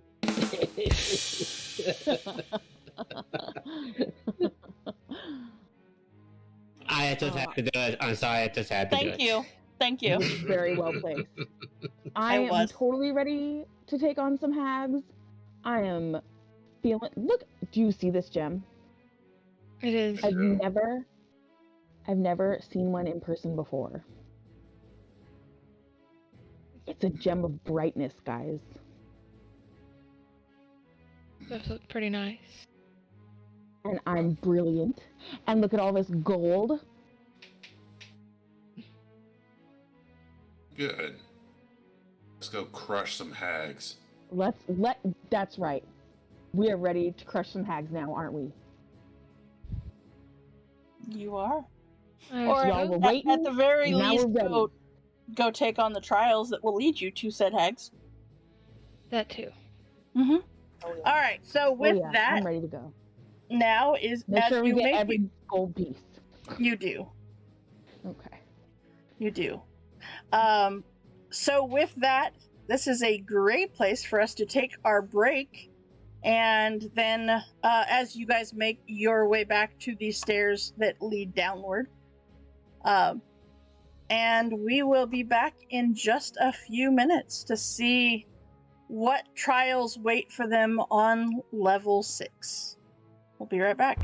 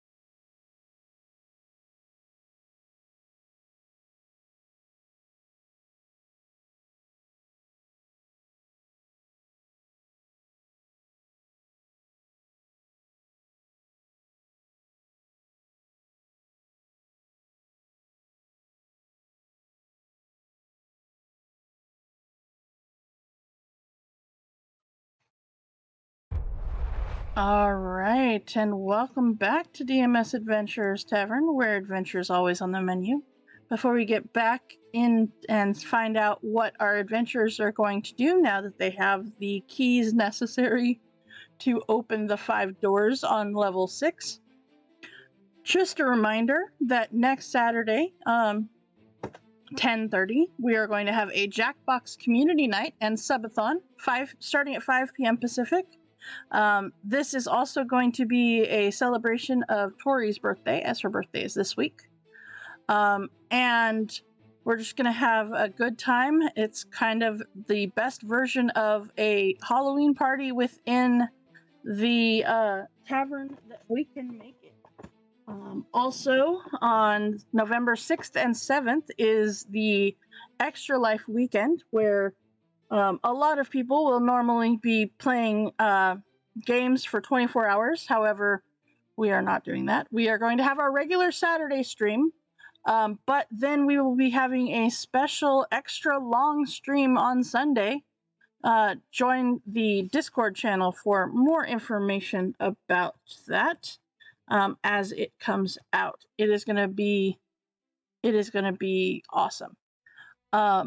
All right, so let us go ahead and get back here. All right, when we last left off, you guys had found the last of the keys that you needed, and were headed back down to take on the rooms that were down on the 6th level.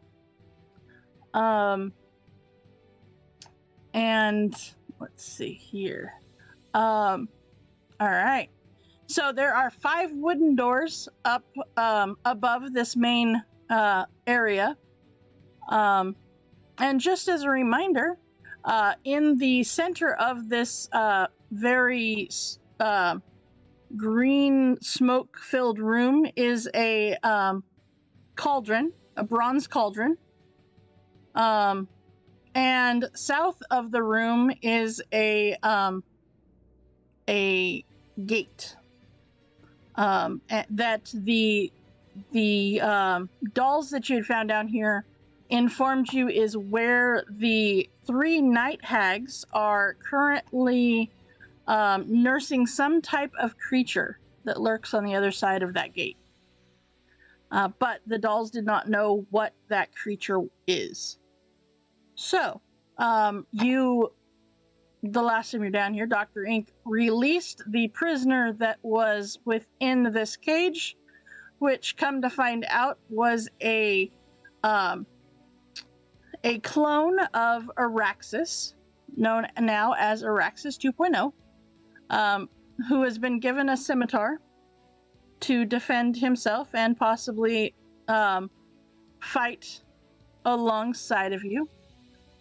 Keep in mind, he doesn't have a whole lot of hit points. Yeah,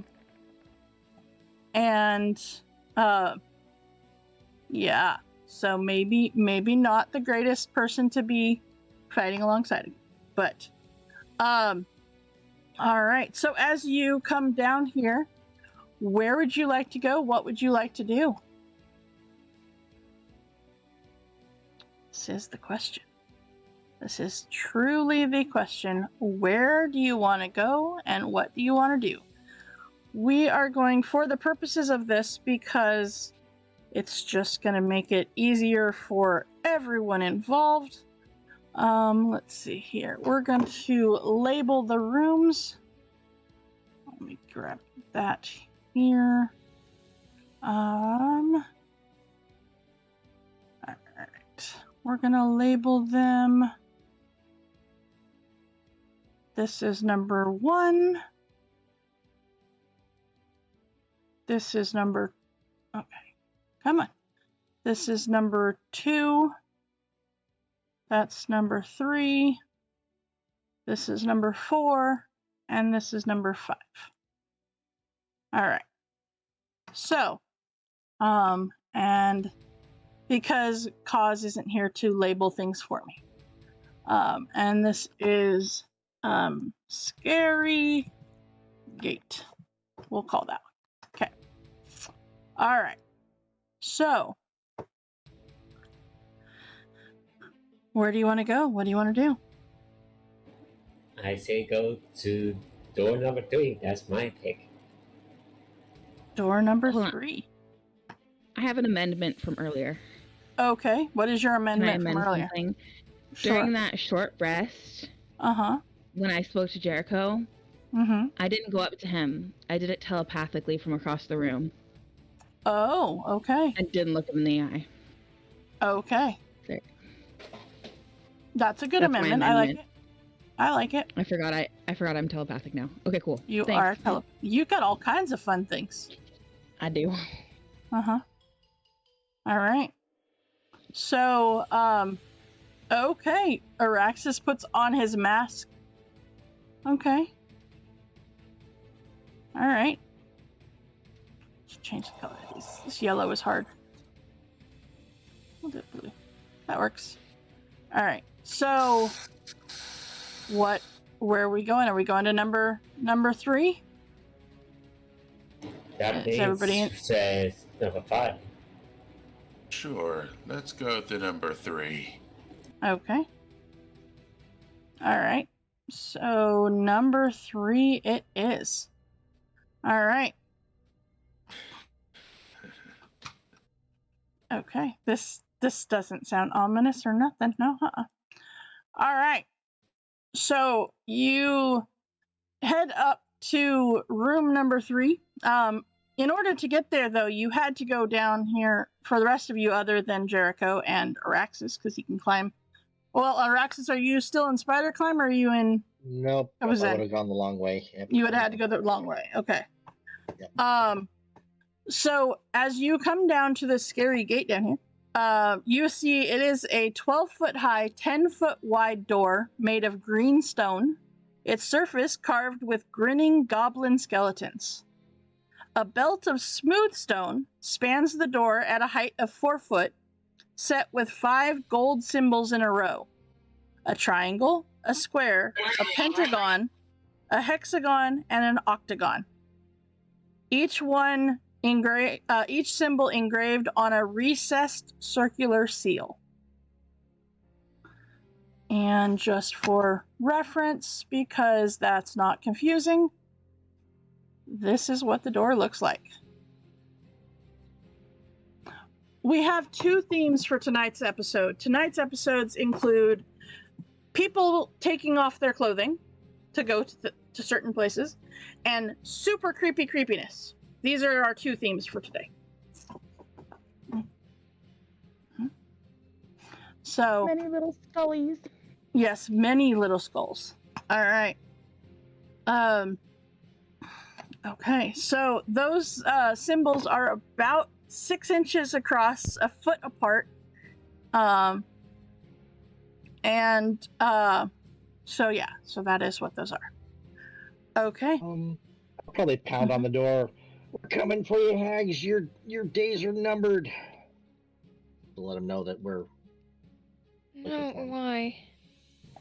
Fun. Why not? All right. So, Jericho, you are the first one up to door number 3, and carved into this door is a hexagon. You notice, though, this door, as you try the hand, does not have a keyhole. There's a hexagon.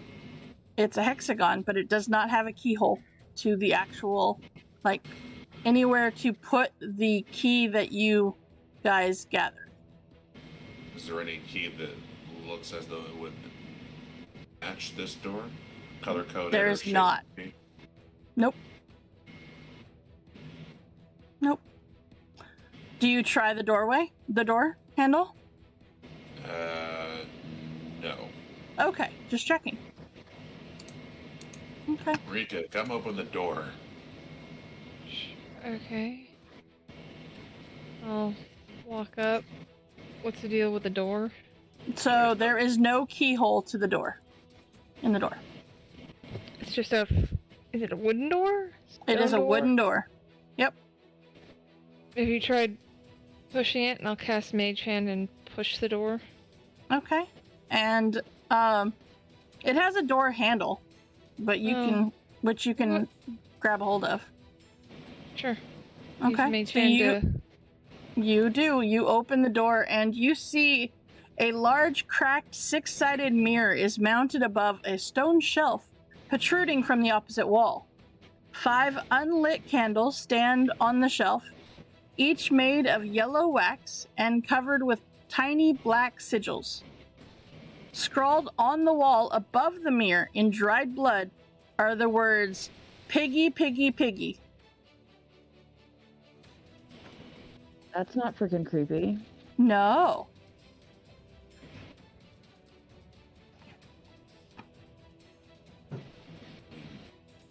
Piggy, piggy, piggy. Mm-hmm. And what was on the mural?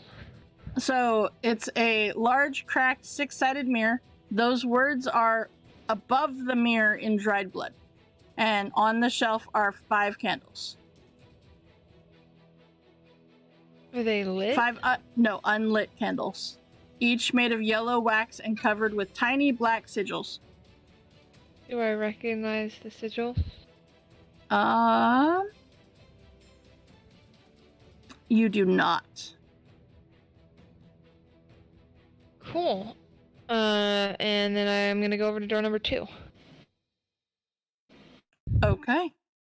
I have no idea what to do with any of that, so... Sure. Actually, no. Door number 1. You going all the way to number 1? I guess? Okay. Wherever you want to go. You know from what the dolls told you, each door contains a trial for you to have to pass before you can get through the scary gate. Yeah, I know. I Okay, I'm don't know if there's just like an telling you. order to them. Sorry, I'm just No, it's fine. tired. Yeah, no, you're good. Alright, so you're gonna head to number 1? No, I'll just stay in number 3. Okay. 6-sided mirror, you said? Mm-hmm. It is a hexagon, yes. Okay, does each side reflect like a normal mirror, or are they weird? So, the mirror itself looks to be normal, with the exception of the large crack in it. Is there anything in here that could have caused the crack? You do not see anyone in here. And you do, well, are you going to step in? Sure. Okay. You do see that there are 2 levers, one to the north and one to the south. Any labels on them? Nope, no labels. Araxis, you're holding on to her robe so she doesn't disappear I again? don't have robes, so... Oh, okay. Well, I have like normal people clothes. The quickest way to get got is to dress like a clown. probably got my hand through like the back of your belt, you know, like just to keep you from getting sucked I into wear the a mirror. scarf. Okay, Jericho, what are you gonna do? It's taking too long. What are you gonna do? Puzzles. There's no like labels on the levers or near them? Nope. Nope. And I don't recognize the markings on the candles. You do not. But there are only 5 candles on there. 5 candles, 2 levers, 6 sides to the mirror. Yep. And there was a crack goes hexagon through on the door as middle? well. The crack is yes, it is in the middle of the mirror.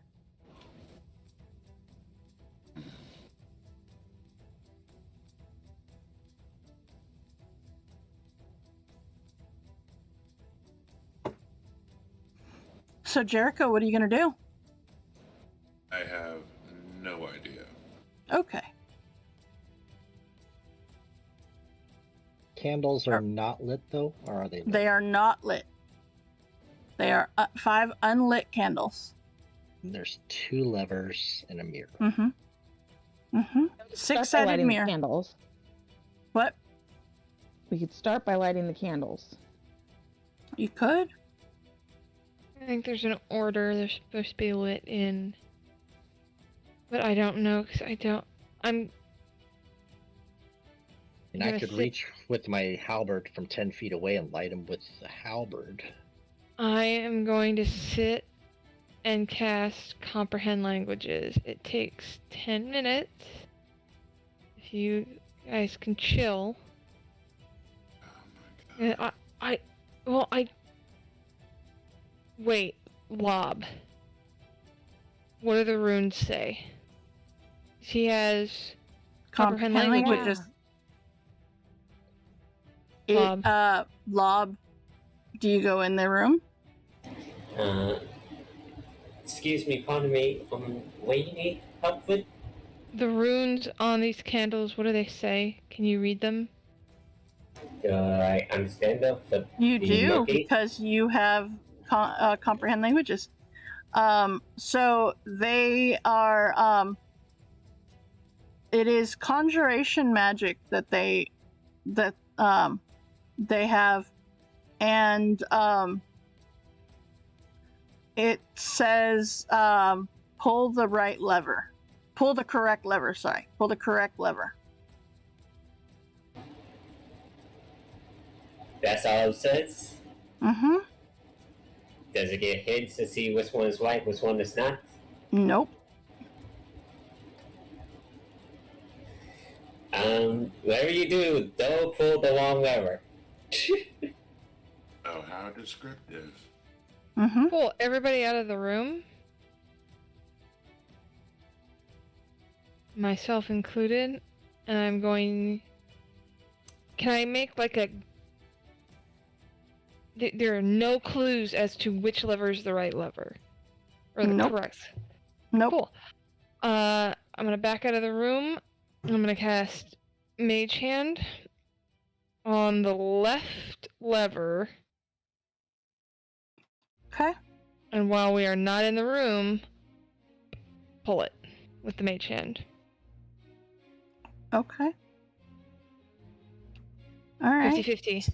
Mm-hmm. Roll me a D100, please. Sure.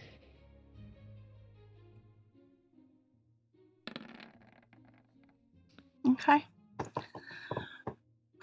So you reach out with Mage Hand and go to pull the lever. The lever doesn't move. Cool. And I Mage Hand, direct the Mage Hand over to the other lever. Pull that one. Doesn't move. Seems that there must be a step before that.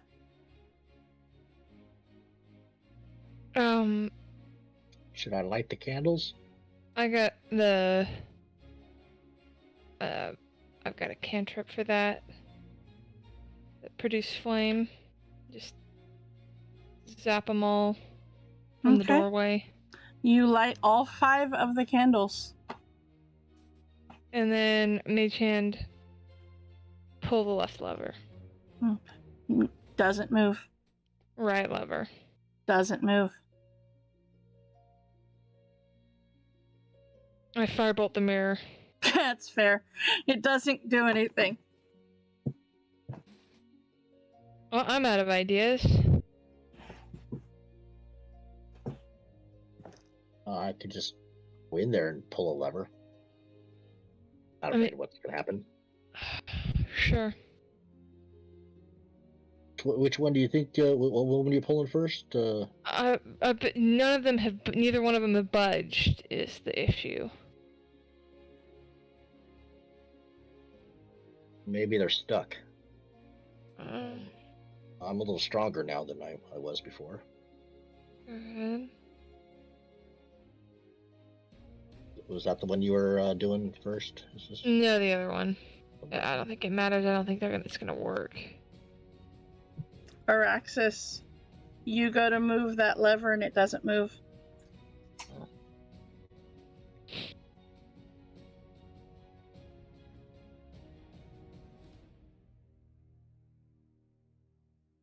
If I look in the mirror, I see the levers from inside the mirror. You do not.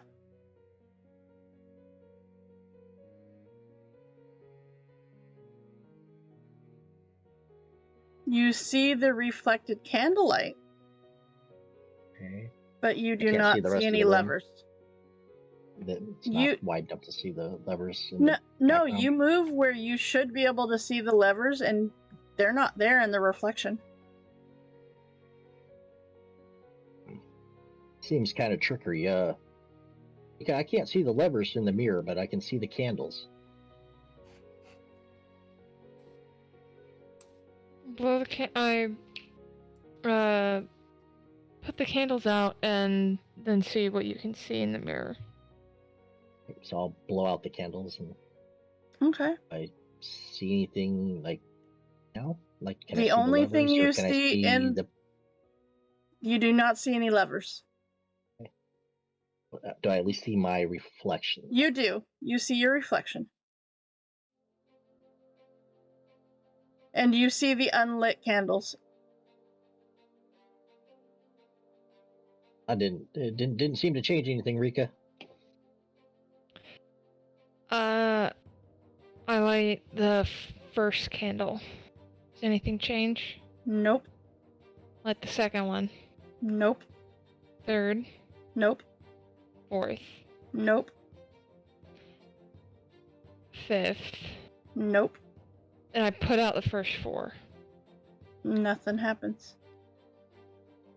What exactly did that rune say, Bob? Choose the correct lever. I'm gonna look along the walls. Do I see if there's any other levers that we can't see? Give me an investigation check. Yeah, I want to go in and look as well. Okay. Because now I'm getting irritated. So, Araxis, as you look around this room, you look underneath the shelf that holds the candles, and you find a 6th candle. Hey, another candle! We were missing this one. So, Did I put it on the counter? what does that one say? It looks identical to the other 5. Yeah, put it up there and light it. Okay. Right. So you put the 6th candle up there and light it. Are the rest of them lit now again, or? Yeah, we'll relight all of them. Okay.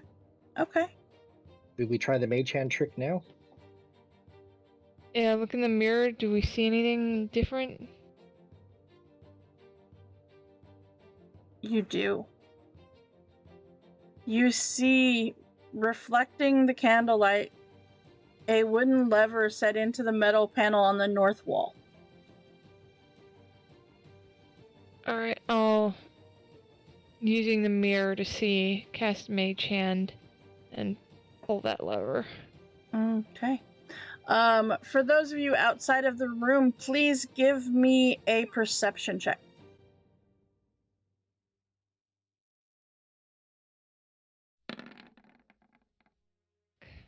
Okay. So that would be Lob and Jericho. Yeah, I'm waiting for my seat to load up. Sorry. Okay. That's okay. Alright. Well, even with that 14. Susan? Okay. Uh-huh. You have a crit. You have a crit fail table. I'll roll that, but I'm gonna roll again with Okay. Okay.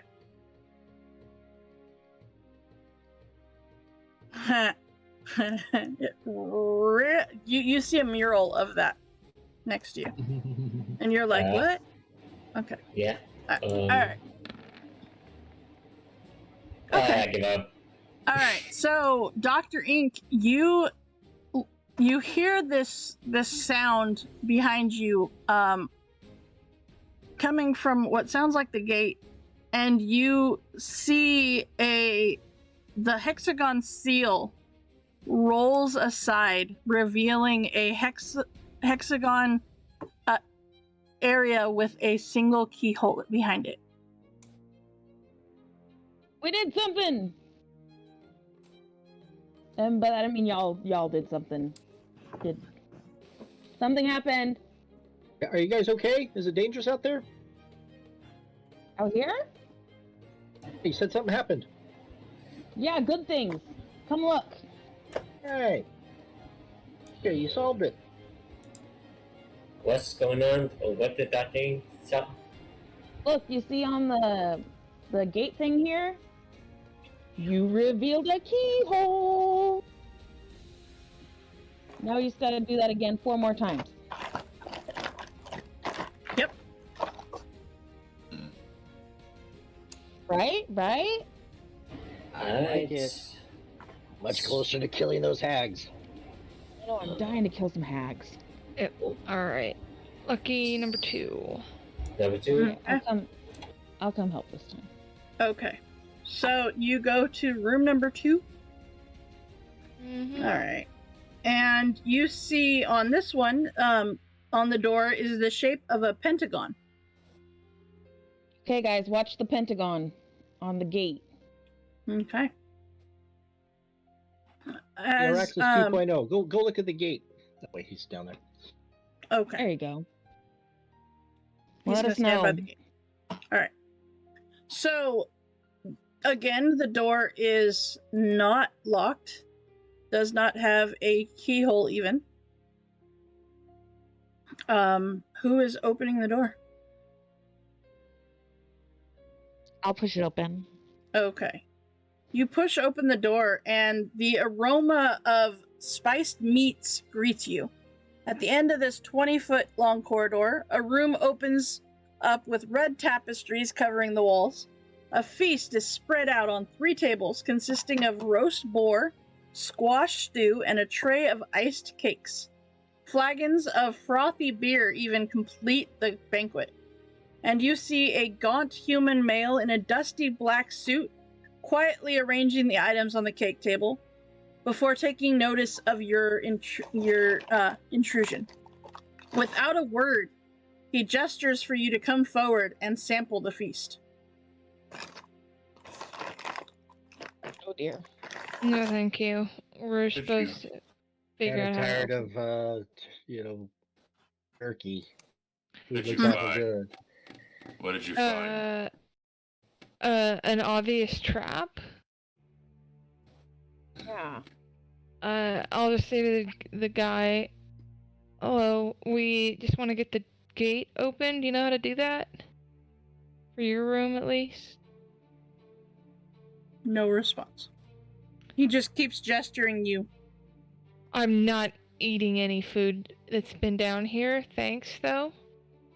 Who are you talking to? Araxis, you feel the need to hoard all of the ice cakes, but not drink the beer, which is weird for you, but also iced cakes. Araxis. It's food. Haven't seen good food down here for ages. It's probably not. It's probably not. I have plenty of jerky. Let me look. Okay, Jericho. Who are you? And he just kind of gestures to the food. I asked you a question. Who are you? I don't think he can talk. He shakes his head and points to his throat and shakes his head no voice. I grabbed the front of his shirt to see if he's actually there. He is there. Sitting behind a wall in a room with 3 hags. A locked door, no less. And he points to the food as if to say, but food. Food. Mm-hmm. There's tapestries? So There's what's on curtains. the decorations? There's like tapestry curtains on the walls. Yeah.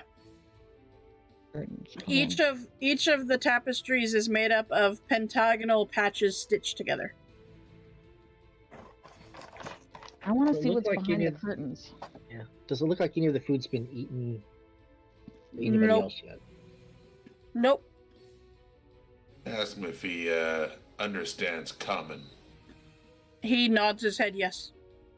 But give him something to write with. Okay. He does not know how to write. Of course not. Sitting here behind a locked door in a room guarded with hags. Better off dead. And you see he kind of steps back, gesturing to all of the food. I kind of feel like whatever the test is, it involves the food, whether we eat it or not. Something's going to have to happen. You eat it then. Ooh, how about Araxis 2.0? Yeah, he's the perfect guinea pig. Yeah. I want to step into the room and... Okay. Wouldn't feel right putting our new friend in harm's way. He's not a friend. He's bait. Okay. That's not very You're being virtuous or righteous. You're being a little creepy, whatever. Jericho. Yeah. Does the food look like real food? It does. I agree, it though. looks well prepared. It smells awesome. Yeah. I'm gonna probably grab a turkey leg and rip it off the turkey if there's a turkey there. Okay. So there's roast boar, there's squash soup, there's iced cake, and there's frothy beer. I'm Oh, just there's gonna beer. grab some of that roast boar. Okay. Does anything happen when I grab it? Nope. Nope, it sure doesn't. But it is in your hand. It is. You pull off a chunk of it, and it smells and like it is the best smelling roasted boar you have ever had the chance to. Do not eat any of it. I'll put it back.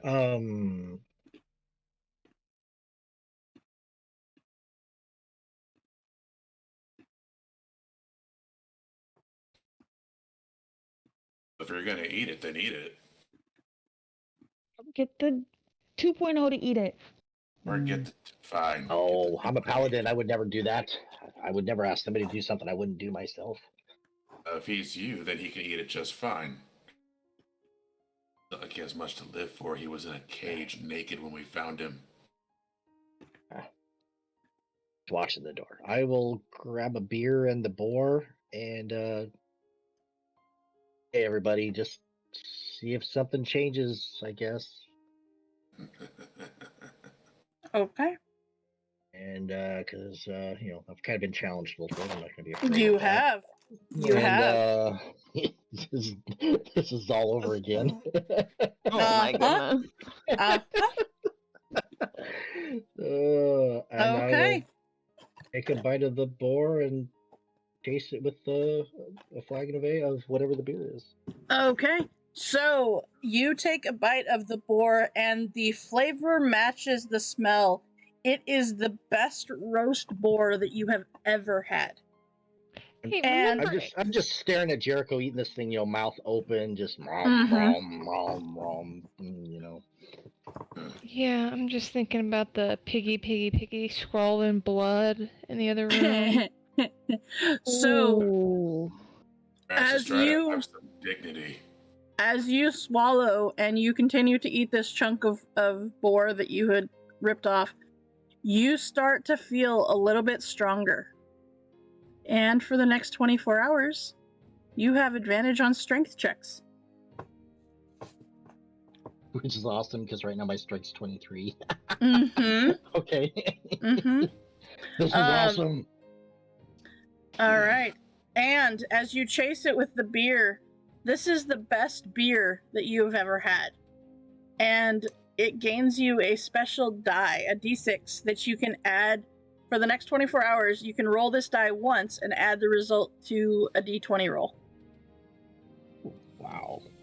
Some good beer. You guys should try the food. I'm feeling great.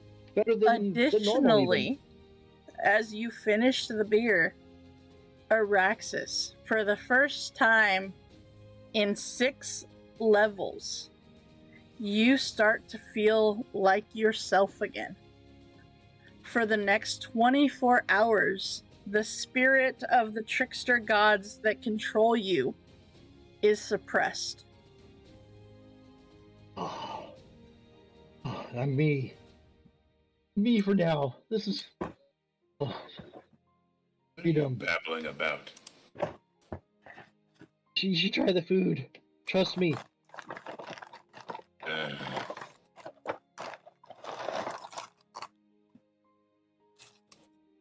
I mean, I've got my jerky. Yeah, insight on Araxis. Okay.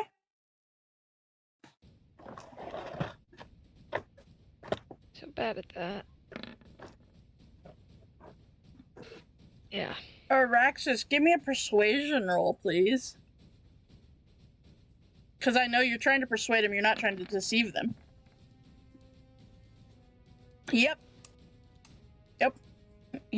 You guys believe him. Food's great. Really, I feel good. Jericho, drink the beer. Fine. If Jericho's drinking beer, I'm drinking beer. Mortals and your alcohol. All right, give me the beer. All right. So with that, you both drink the beer and you both gain a d6. So in essence, you get bardic inspiration.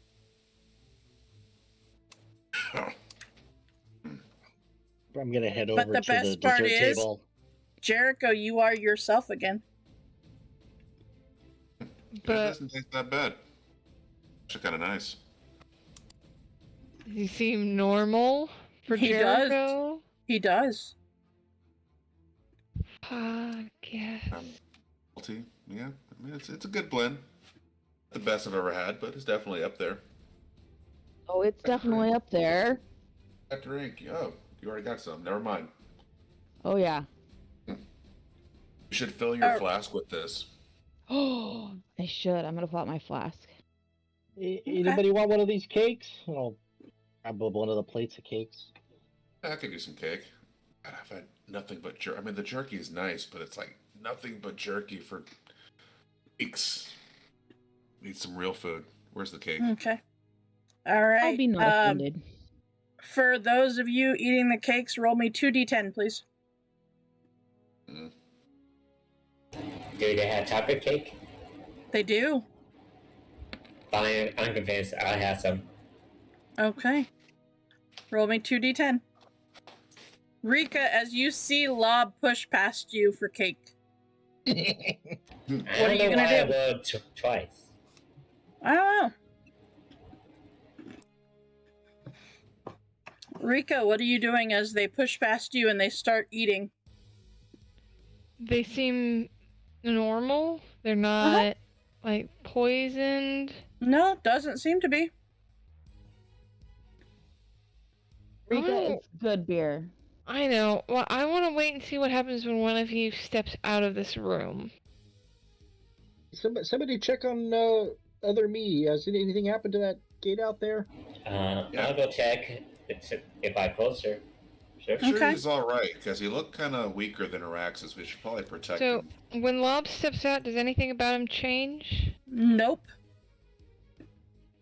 I'll poke my head out and go, "Hey, Lob, did the door change at all?" Did it did not. Nope. Nope. I'll go in and eat a cake, I guess. We have to eat all this food. This would be great. You can't just leave your kid out there, man. I mean, come on. We gotta keep an eye on him. One of us. So I rolled 2d10. 2d10, yep. Okay. That does 11. Okay, so now add whatever you rolled for those 2d10, add that as temporary hit points. Wait. Hmm. Mm-hmm. Oh, I rolled solo. That's okay. I'll look at the silent person here. Thank you for this food. Mhm. Is there anything else in here? Well, you have the squash soup too. There's stew as well. I'll eat a bowl of stew, I guess. Okay. I love Stew squash sounds too. I will definitely good. take a bowl. Stew actually Okay. really does sound good. It really I'm does, hungry. right? He's great, Dr. Ink, but you gotta admit this is a step above that for sure. So It's just nice to have other than as you eat the stew, you feel energized. And you feel a little bit healthier. And for those of you who are not Rika, because I think Rika already does, you have advantage on con saves. I don't actually. Oh, so you all have advantage on con saves for the next 24 hours. nice. Mm-hmm. All right. Lob, did you go back to eat anything else? Is the stew good? What the Yeah, response? it's the best stew that they've ever had. Everything in here is like, after weeks of jerky, but also just the smells and everything is just, it's like the best that you've ever had. Susan, Uh-huh. I'm gonna hate myself. Can I roll a history check about hags and how they cook food? Sure. Please roll me a 1. Right? Uh-huh.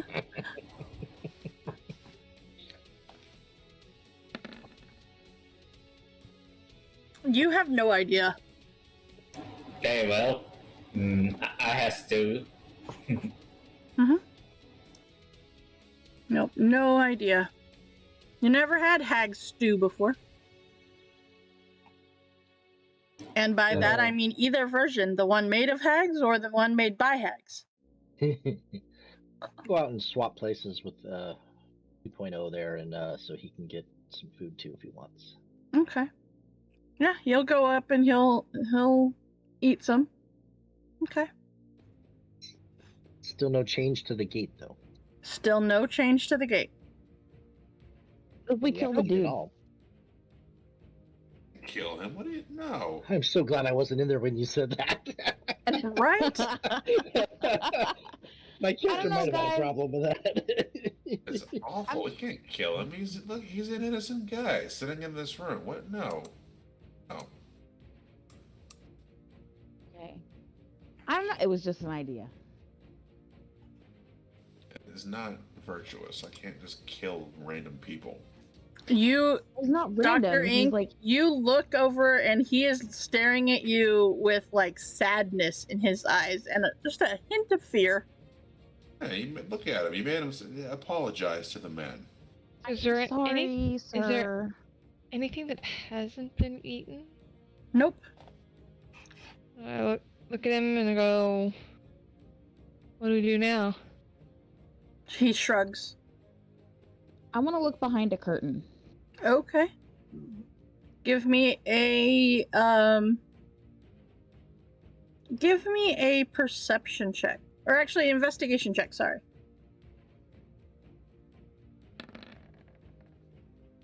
Oh, Okay. I'm There is nothing oh, okay. Does it help me to puppet? There's It nothing almost behind the rolled onto a curtain. 10. It was just nudged. Almost. But give Okay, me there's a nothing behind- perception check. Uh-huh. Give me a Which one? perception check. A perception. As you put the curtain back, or the tapestry back, you notice that the patches that are stitched together on the southwest wall, you see a pattern in it. A subliminal devil's face, clearly hidden in the design. And the open mouth of this devil actually forms a pentagon. Okay, that's terrifying. Mm-hmm. But we needed a pentagon, right? You did. I'm gonna show Jericho and Rika. Oh. You have a knack for finding stuff. Yeah, I want to investigate the rest of the tapestries. Okay, go for it. See what the deal. There is. God Thank you, Rika. damn. The rest of the tapestries seem to just be material. They don't seem to have any patterns to them. Not like the one in the southwest corner. That's about right. Yeah, You're down 6 levels and you hear a dinosaur roar. It's that King of Feathers. It is that coming King for of Feathers. us. Yep. Yep. So what do you do? So he's gonna move over because it's this one that.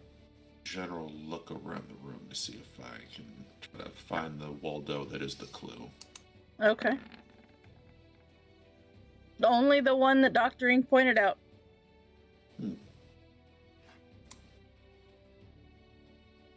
What's the deal with just the one then? It's the only one that seems to have a pattern. Can I rip it down? You can. There's only wall behind it. Like now I'm holding it? You're holding it. I want to lay it out on the floor. Okay. So we can like examine it. Okay. You can do that. And you still see the design that was made out of the patches. With the open... What? Maybe we have to feed the devil. I wouldn't recommend doing that. Oh, you mean the... Oh, sorry. Wrong devil. Carry on. Thought you meant the... Anyway. You know. Well, actually, Dr. Ink, give me a history check, please. You're better at it now. Oh, true. If I can find it, there it is. I know my alphabet. Okay. It reminds you of the devil, or demon heads above, where you had to go through to get into some of the tombs. Oh.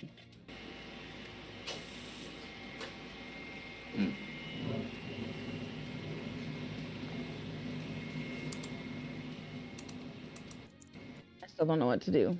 I feel like I'm smarter and I don't know what to do.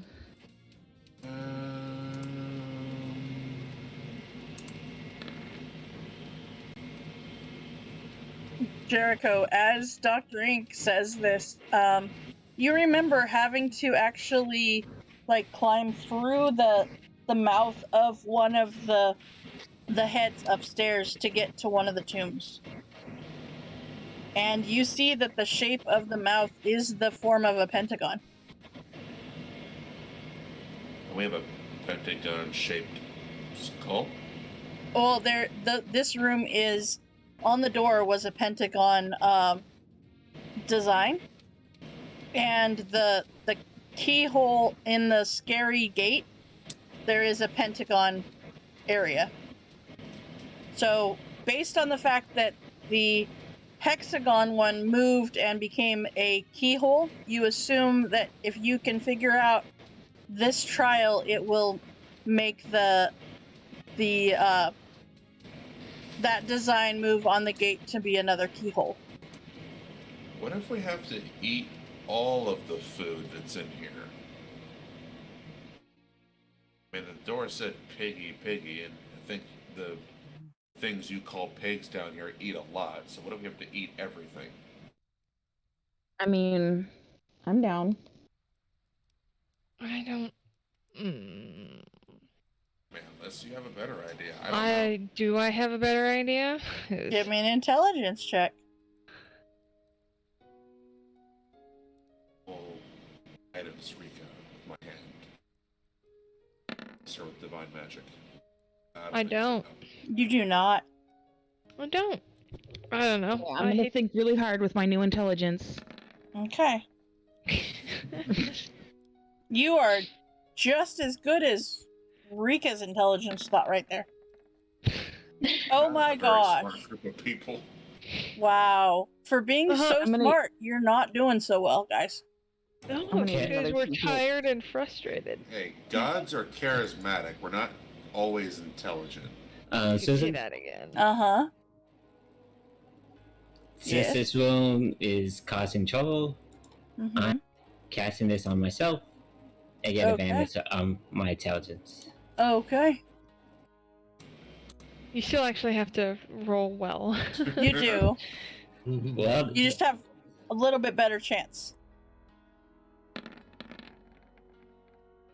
Oh, that was so close. So It close. was like Just right teased. there. It was. All right, Lob, as you come in, you see this this tapestry now laying on the ground in between Dr. Ink and Jericho.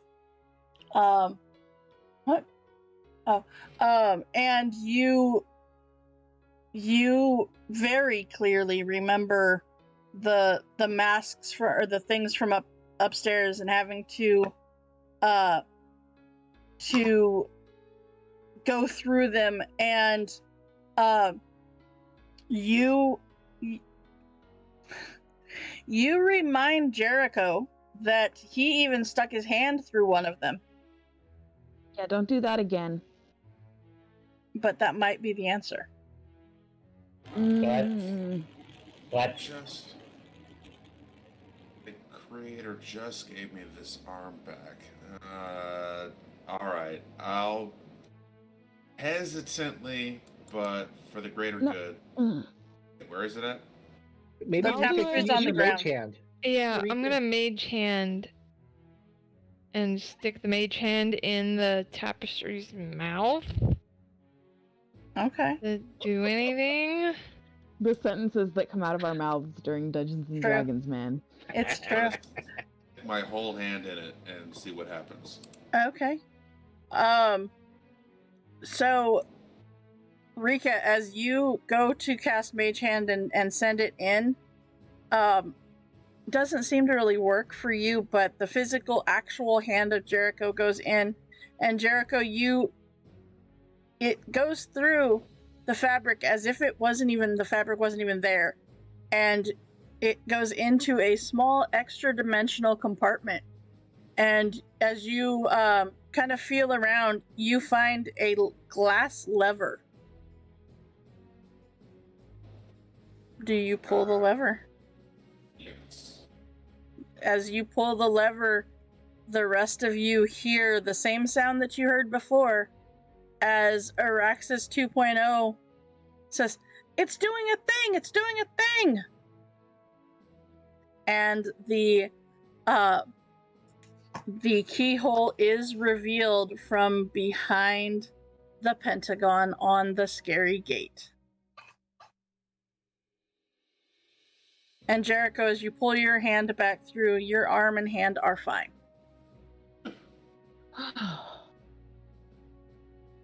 Two Dr. down, Ink 3 to go. was very concerned. Yeah. Remember that, like, oh no. Mm-hmm. Dr. Ink's gonna run up and like touch his hand and make sure it's really there. Okay. It is really and there. then realize that that's really weird and awkward and back up. Okay. All right. So with that, Well, in his hand, see that it's there. mm-hmm. Look at Dr. Ink. We'll lean down a little bit and give her a quick kiss. Okay. Okay. That's how you get in the session. That's what you're gonna do. All right. Well, on that note, that is a great place to stop for tonight. We'll let that one soak in a little bit here. As we have come to an end of our session for today,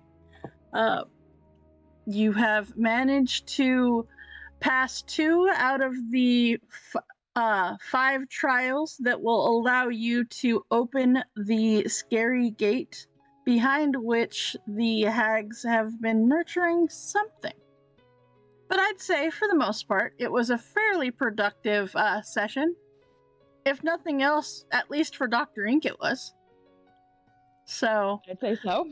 Yeah, I would say that you definitely feel a little smarter, a little you guys as a group feel a little richer. And you have managed to get all 3 of your currently possessed people to, well, actually, Lob, did you drink the beer? Nope. Okay, you are still possessed then. Araxis and Jericho are no longer, for at least for the next 24 hours, possessed by the 2 gods that possess them. All right, so just as a reminder, we will not be streaming this next Saturday, as we will be having a Jackbox Community Night and Subathon to celebrate Tori's birthday, as well as have a Halloween party in the tavern. So come join us for that. And then the following week, we will be back here to see what happens, as well as raise some money for Extra Life with the Extra Life weekend. All right, let's see where we can send some love over today. Let's see here. That's all right. We'll just call it an end there for tonight. But until next time, thank you so much for hanging out with us in DMS Adventurers Tavern, where adventure is always on the menu. We will see you next time. Good job.